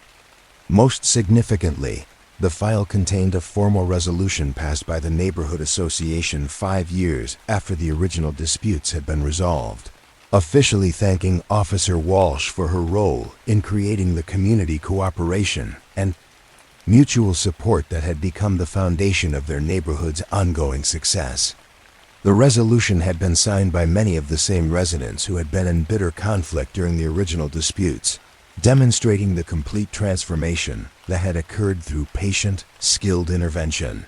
Sarah moved on to another file, this one documenting the conclusion of a juvenile delinquency case that had been resolved in 1971 through a comprehensive community rehabilitation program. Detective Robert Martinez had worked with 16-year-old Kevin Chun, no relation to Sarah despite the shared surname, who had been caught vandalizing school property during a period of family crisis and academic difficulties, rather than simply processing Kevin through the juvenile justice system. Detective Martinez had coordinated with school counselors, family service agencies, and community organizations to develop a rehabilitation plan that addressed the underlying problems that had contributed to his destructive behavior. Kevin had been struggling with his parents' divorce, academic failure, and social isolation that had left him feeling angry and hopeless about his future prospects. The rehabilitation plan had included family counseling to help Kevin and his parents develop better communication and support strategies during their difficult transition. Academic tutoring had addressed Kevin's learning difficulties and helped him develop better study skills and educational goals. Community service had given Kevin opportunities to contribute positively to the neighborhoods where he had previously caused damage. Most importantly, Detective Martinez had connected Kevin with a mentor program that paired him with an adult volunteer who provided ongoing guidance and support as Kevin worked to rebuild his academic performance and develop more positive social relationships. The mentor relationship had continued throughout Kevin's high school years and into his early adulthood, providing stability and encouragement during challenging transitions. The case file documented Kevin's complete transformation from a troubled teenager heading towards serious delinquency to a successful young adult who had graduated from high school, completed community college, and found stable employment in a field that interested him. Kevin had also become a volunteer mentor himself, working with other teenagers who were experiencing similar difficulties. Detective Martinez's final report had noted that the comprehensive approach to Kevin's case had required significantly more time and effort than traditional law enforcement responses, but that the long-term results had justified the investment. Kevin had not only avoided further criminal behavior, but had become a positive contributor to community life, demonstrating the effectiveness of rehabilitation approaches that addressed underlying causes rather than simply punishing symptoms. The file included a letter from Kevin, written 10 years after his initial arrest, thanking Detective Martinez for treating him with dignity and providing opportunities for positive change, rather than simply labeling him as a criminal and processing him through punitive systems. Kevin had credited the rehabilitation program with literally saving his life, giving him hope and direction during a period when he had been heading towards serious trouble. Sarah pulled another file, this one dealing with the final resolution of a domestic violence case that had been handled in 1973 through intensive family counseling and community support services.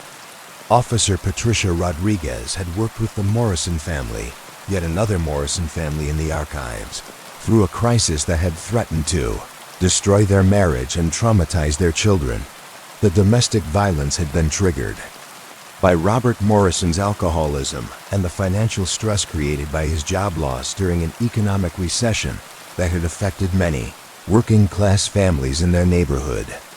Linda Morrison had called police multiple times when Robert's drinking led to arguments that became physical, but she had been reluctant to press charges that might result in his arrest and further damage to their family's economic stability. Officer Rodriguez had recognized that the domestic violence was a symptom of broader problems that required comprehensive intervention rather than simple law enforcement response. She had coordinated with alcohol treatment programs, family counseling services, and employment assistance agencies to address all the factors that were contributing to the family's crisis.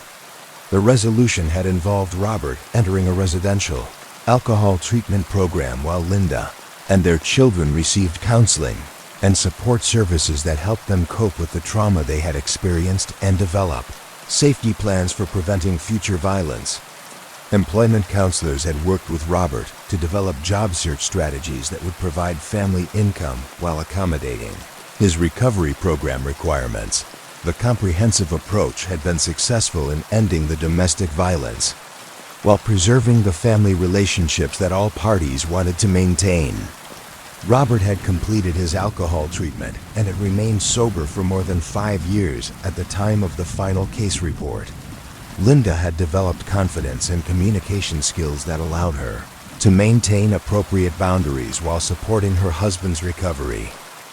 The children had received counseling that helped them process their traumatic experiences and develop healthy relationship skills that would serve them throughout their lives. The family had participated in ongoing support groups that provided community connections and accountability systems that supported their continued healing and growth. Officer Rodriguez's final report had emphasized that domestic violence cases required understanding of complex family dynamics and social pressures rather than simple criminal justice responses. The success of the Morrison family's healing had demonstrated that comprehensive intervention could break cycles of violence and create lasting, positive change when all family members received appropriate support and treatment. The file included annual follow-up reports documenting the Morrison family's continued stability and success over several years following the resolution of their crisis. The reports showed that the comprehensive intervention had created lasting change rather than temporary compliance, with family members who had developed genuine healing and growth. Sarah continued through the final resolution files, finding case after case that demonstrated the effectiveness of comprehensive, community-based approaches to law enforcement that emphasized healing and prevention rather than punishment and control. Each file represented not just a closed case, but a family or community that had been strengthened through appropriate intervention and support. The files revealed that the most successful resolutions had typically involved multiple agencies and community resources working together to address the complex social, economic, and psychological factors that contributed to criminal behavior. Officers had served as coordinators and facilitators rather than simply law enforcers, working to connect people with appropriate resources and support systems. A fraud case from 1974 had been resolved through financial, counseling, and community education that not only helped the victim recover from their losses but also prevented other elderly residents from falling victim to similar schemes. The case had led to the establishment of an ongoing consumer protection program that continued to serve the community decades after the original investigation had been completed. A shoplifting case from 1976 had been resolved through job placement and family support services that addressed the economic desperation that had motivated the theft. The case had demonstrated that property crimes often reflected broader social problems that could be addressed through appropriate intervention and support. A vandalism case from 1978 had been resolved through artistic programs and community service that channeled destructive impulses into creative expression and positive community contribution. The case had shown that youth crime often reflected unmet needs for recognition and meaningful activity that could be addressed through appropriate programs and opportunities.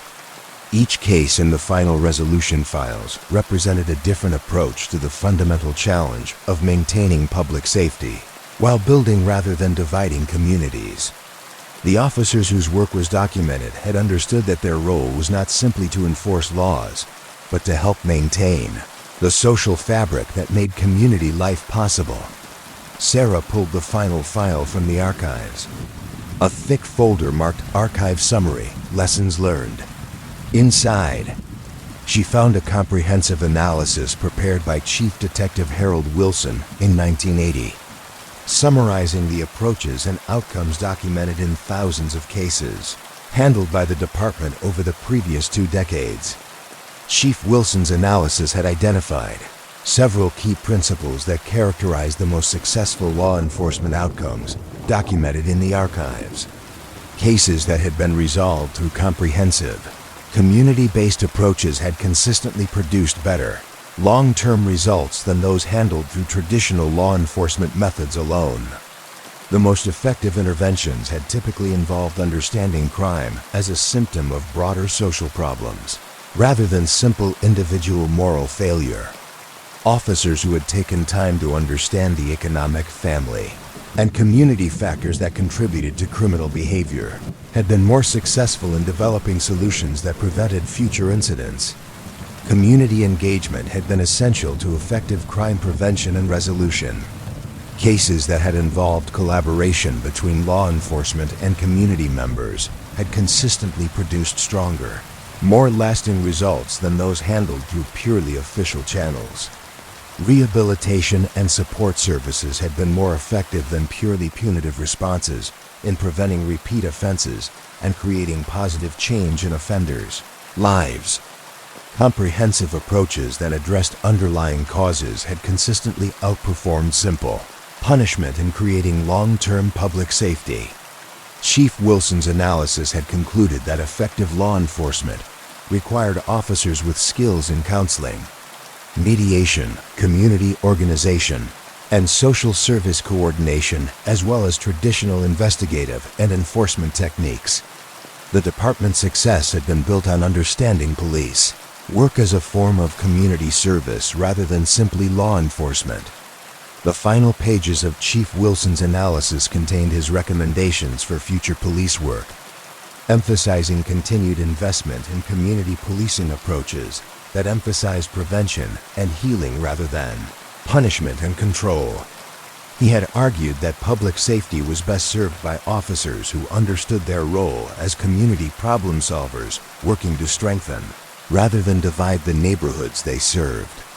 As Sarah closed the final file and returned it to its permanent resting place, she reflected on the comprehensive vision of law enforcement that these archives had revealed. Each case she had studied represented not just a police response to criminal behavior, but a thoughtful effort to understand and address the complex human problems that crime represented. The officers whose work was documented had understood that their job was not simply to arrest criminals, but to help maintain the conditions that allowed communities to function peacefully and effectively. Their patient, methodical approach had created communities where families could feel safe, where conflicts could be resolved without lasting damage, and where individual mistakes could become opportunities for growth and positive change.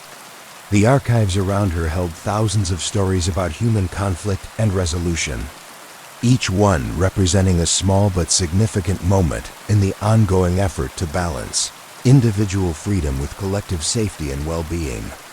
The files documented approaches to law enforcement that had emphasized understanding and healing rather than simple punishment and control. As Sarah made her way back through the quiet corridors of the archives, she understood that she had been exploring more than historical documentation. These files represented a different vision of what law enforcement could be, a comprehensive approach to public safety that recognized crime as a community problem, requiring community-based solutions. The basement archives would continue to hold their stories, preserving the lessons learned through decades of patient police work that had emphasized building rather than dividing communities. Each file would remain in its carefully organized place, waiting for future researchers who needed to understand that effective policing had once been measured not by arrest statistics, but by the health and stability of the communities that officers served. The fluorescent lights hummed their familiar tune as Sarah switched them off for the final time, leaving the archives to their perfect silence. Above them, the city continued its restless movement, largely unaware of the accumulated wisdom stored in the basement below. The comprehensive record of how human conflicts could be addressed through patience, understanding, and genuine commitment to community healing. The cases were closed, their resolutions complete, their lessons preserved for anyone who needed to understand that law enforcement, at its best, was really about helping people find ways to live together peacefully. The archives would remain, holding their stories with quiet dignity, testament to the possibility that crime could be addressed through approaches that strengthened rather than divided communities, that healed rather than simply punished, and that prevented rather than simply responded to the complex human problems that had always challenged societies trying to balance freedom with safety. In the end, all the stories found their way to the same peaceful conclusion: resolution, understanding, and the quiet satisfaction that comes when human conflicts are addressed with patience, wisdom, and genuine care for the communities that law enforcement serves. The archives held these lessons safely, waiting for the next generation of officers who needed to understand that their work was not just about enforcing laws, but about maintaining the delicate balance that allowed communities to thrive.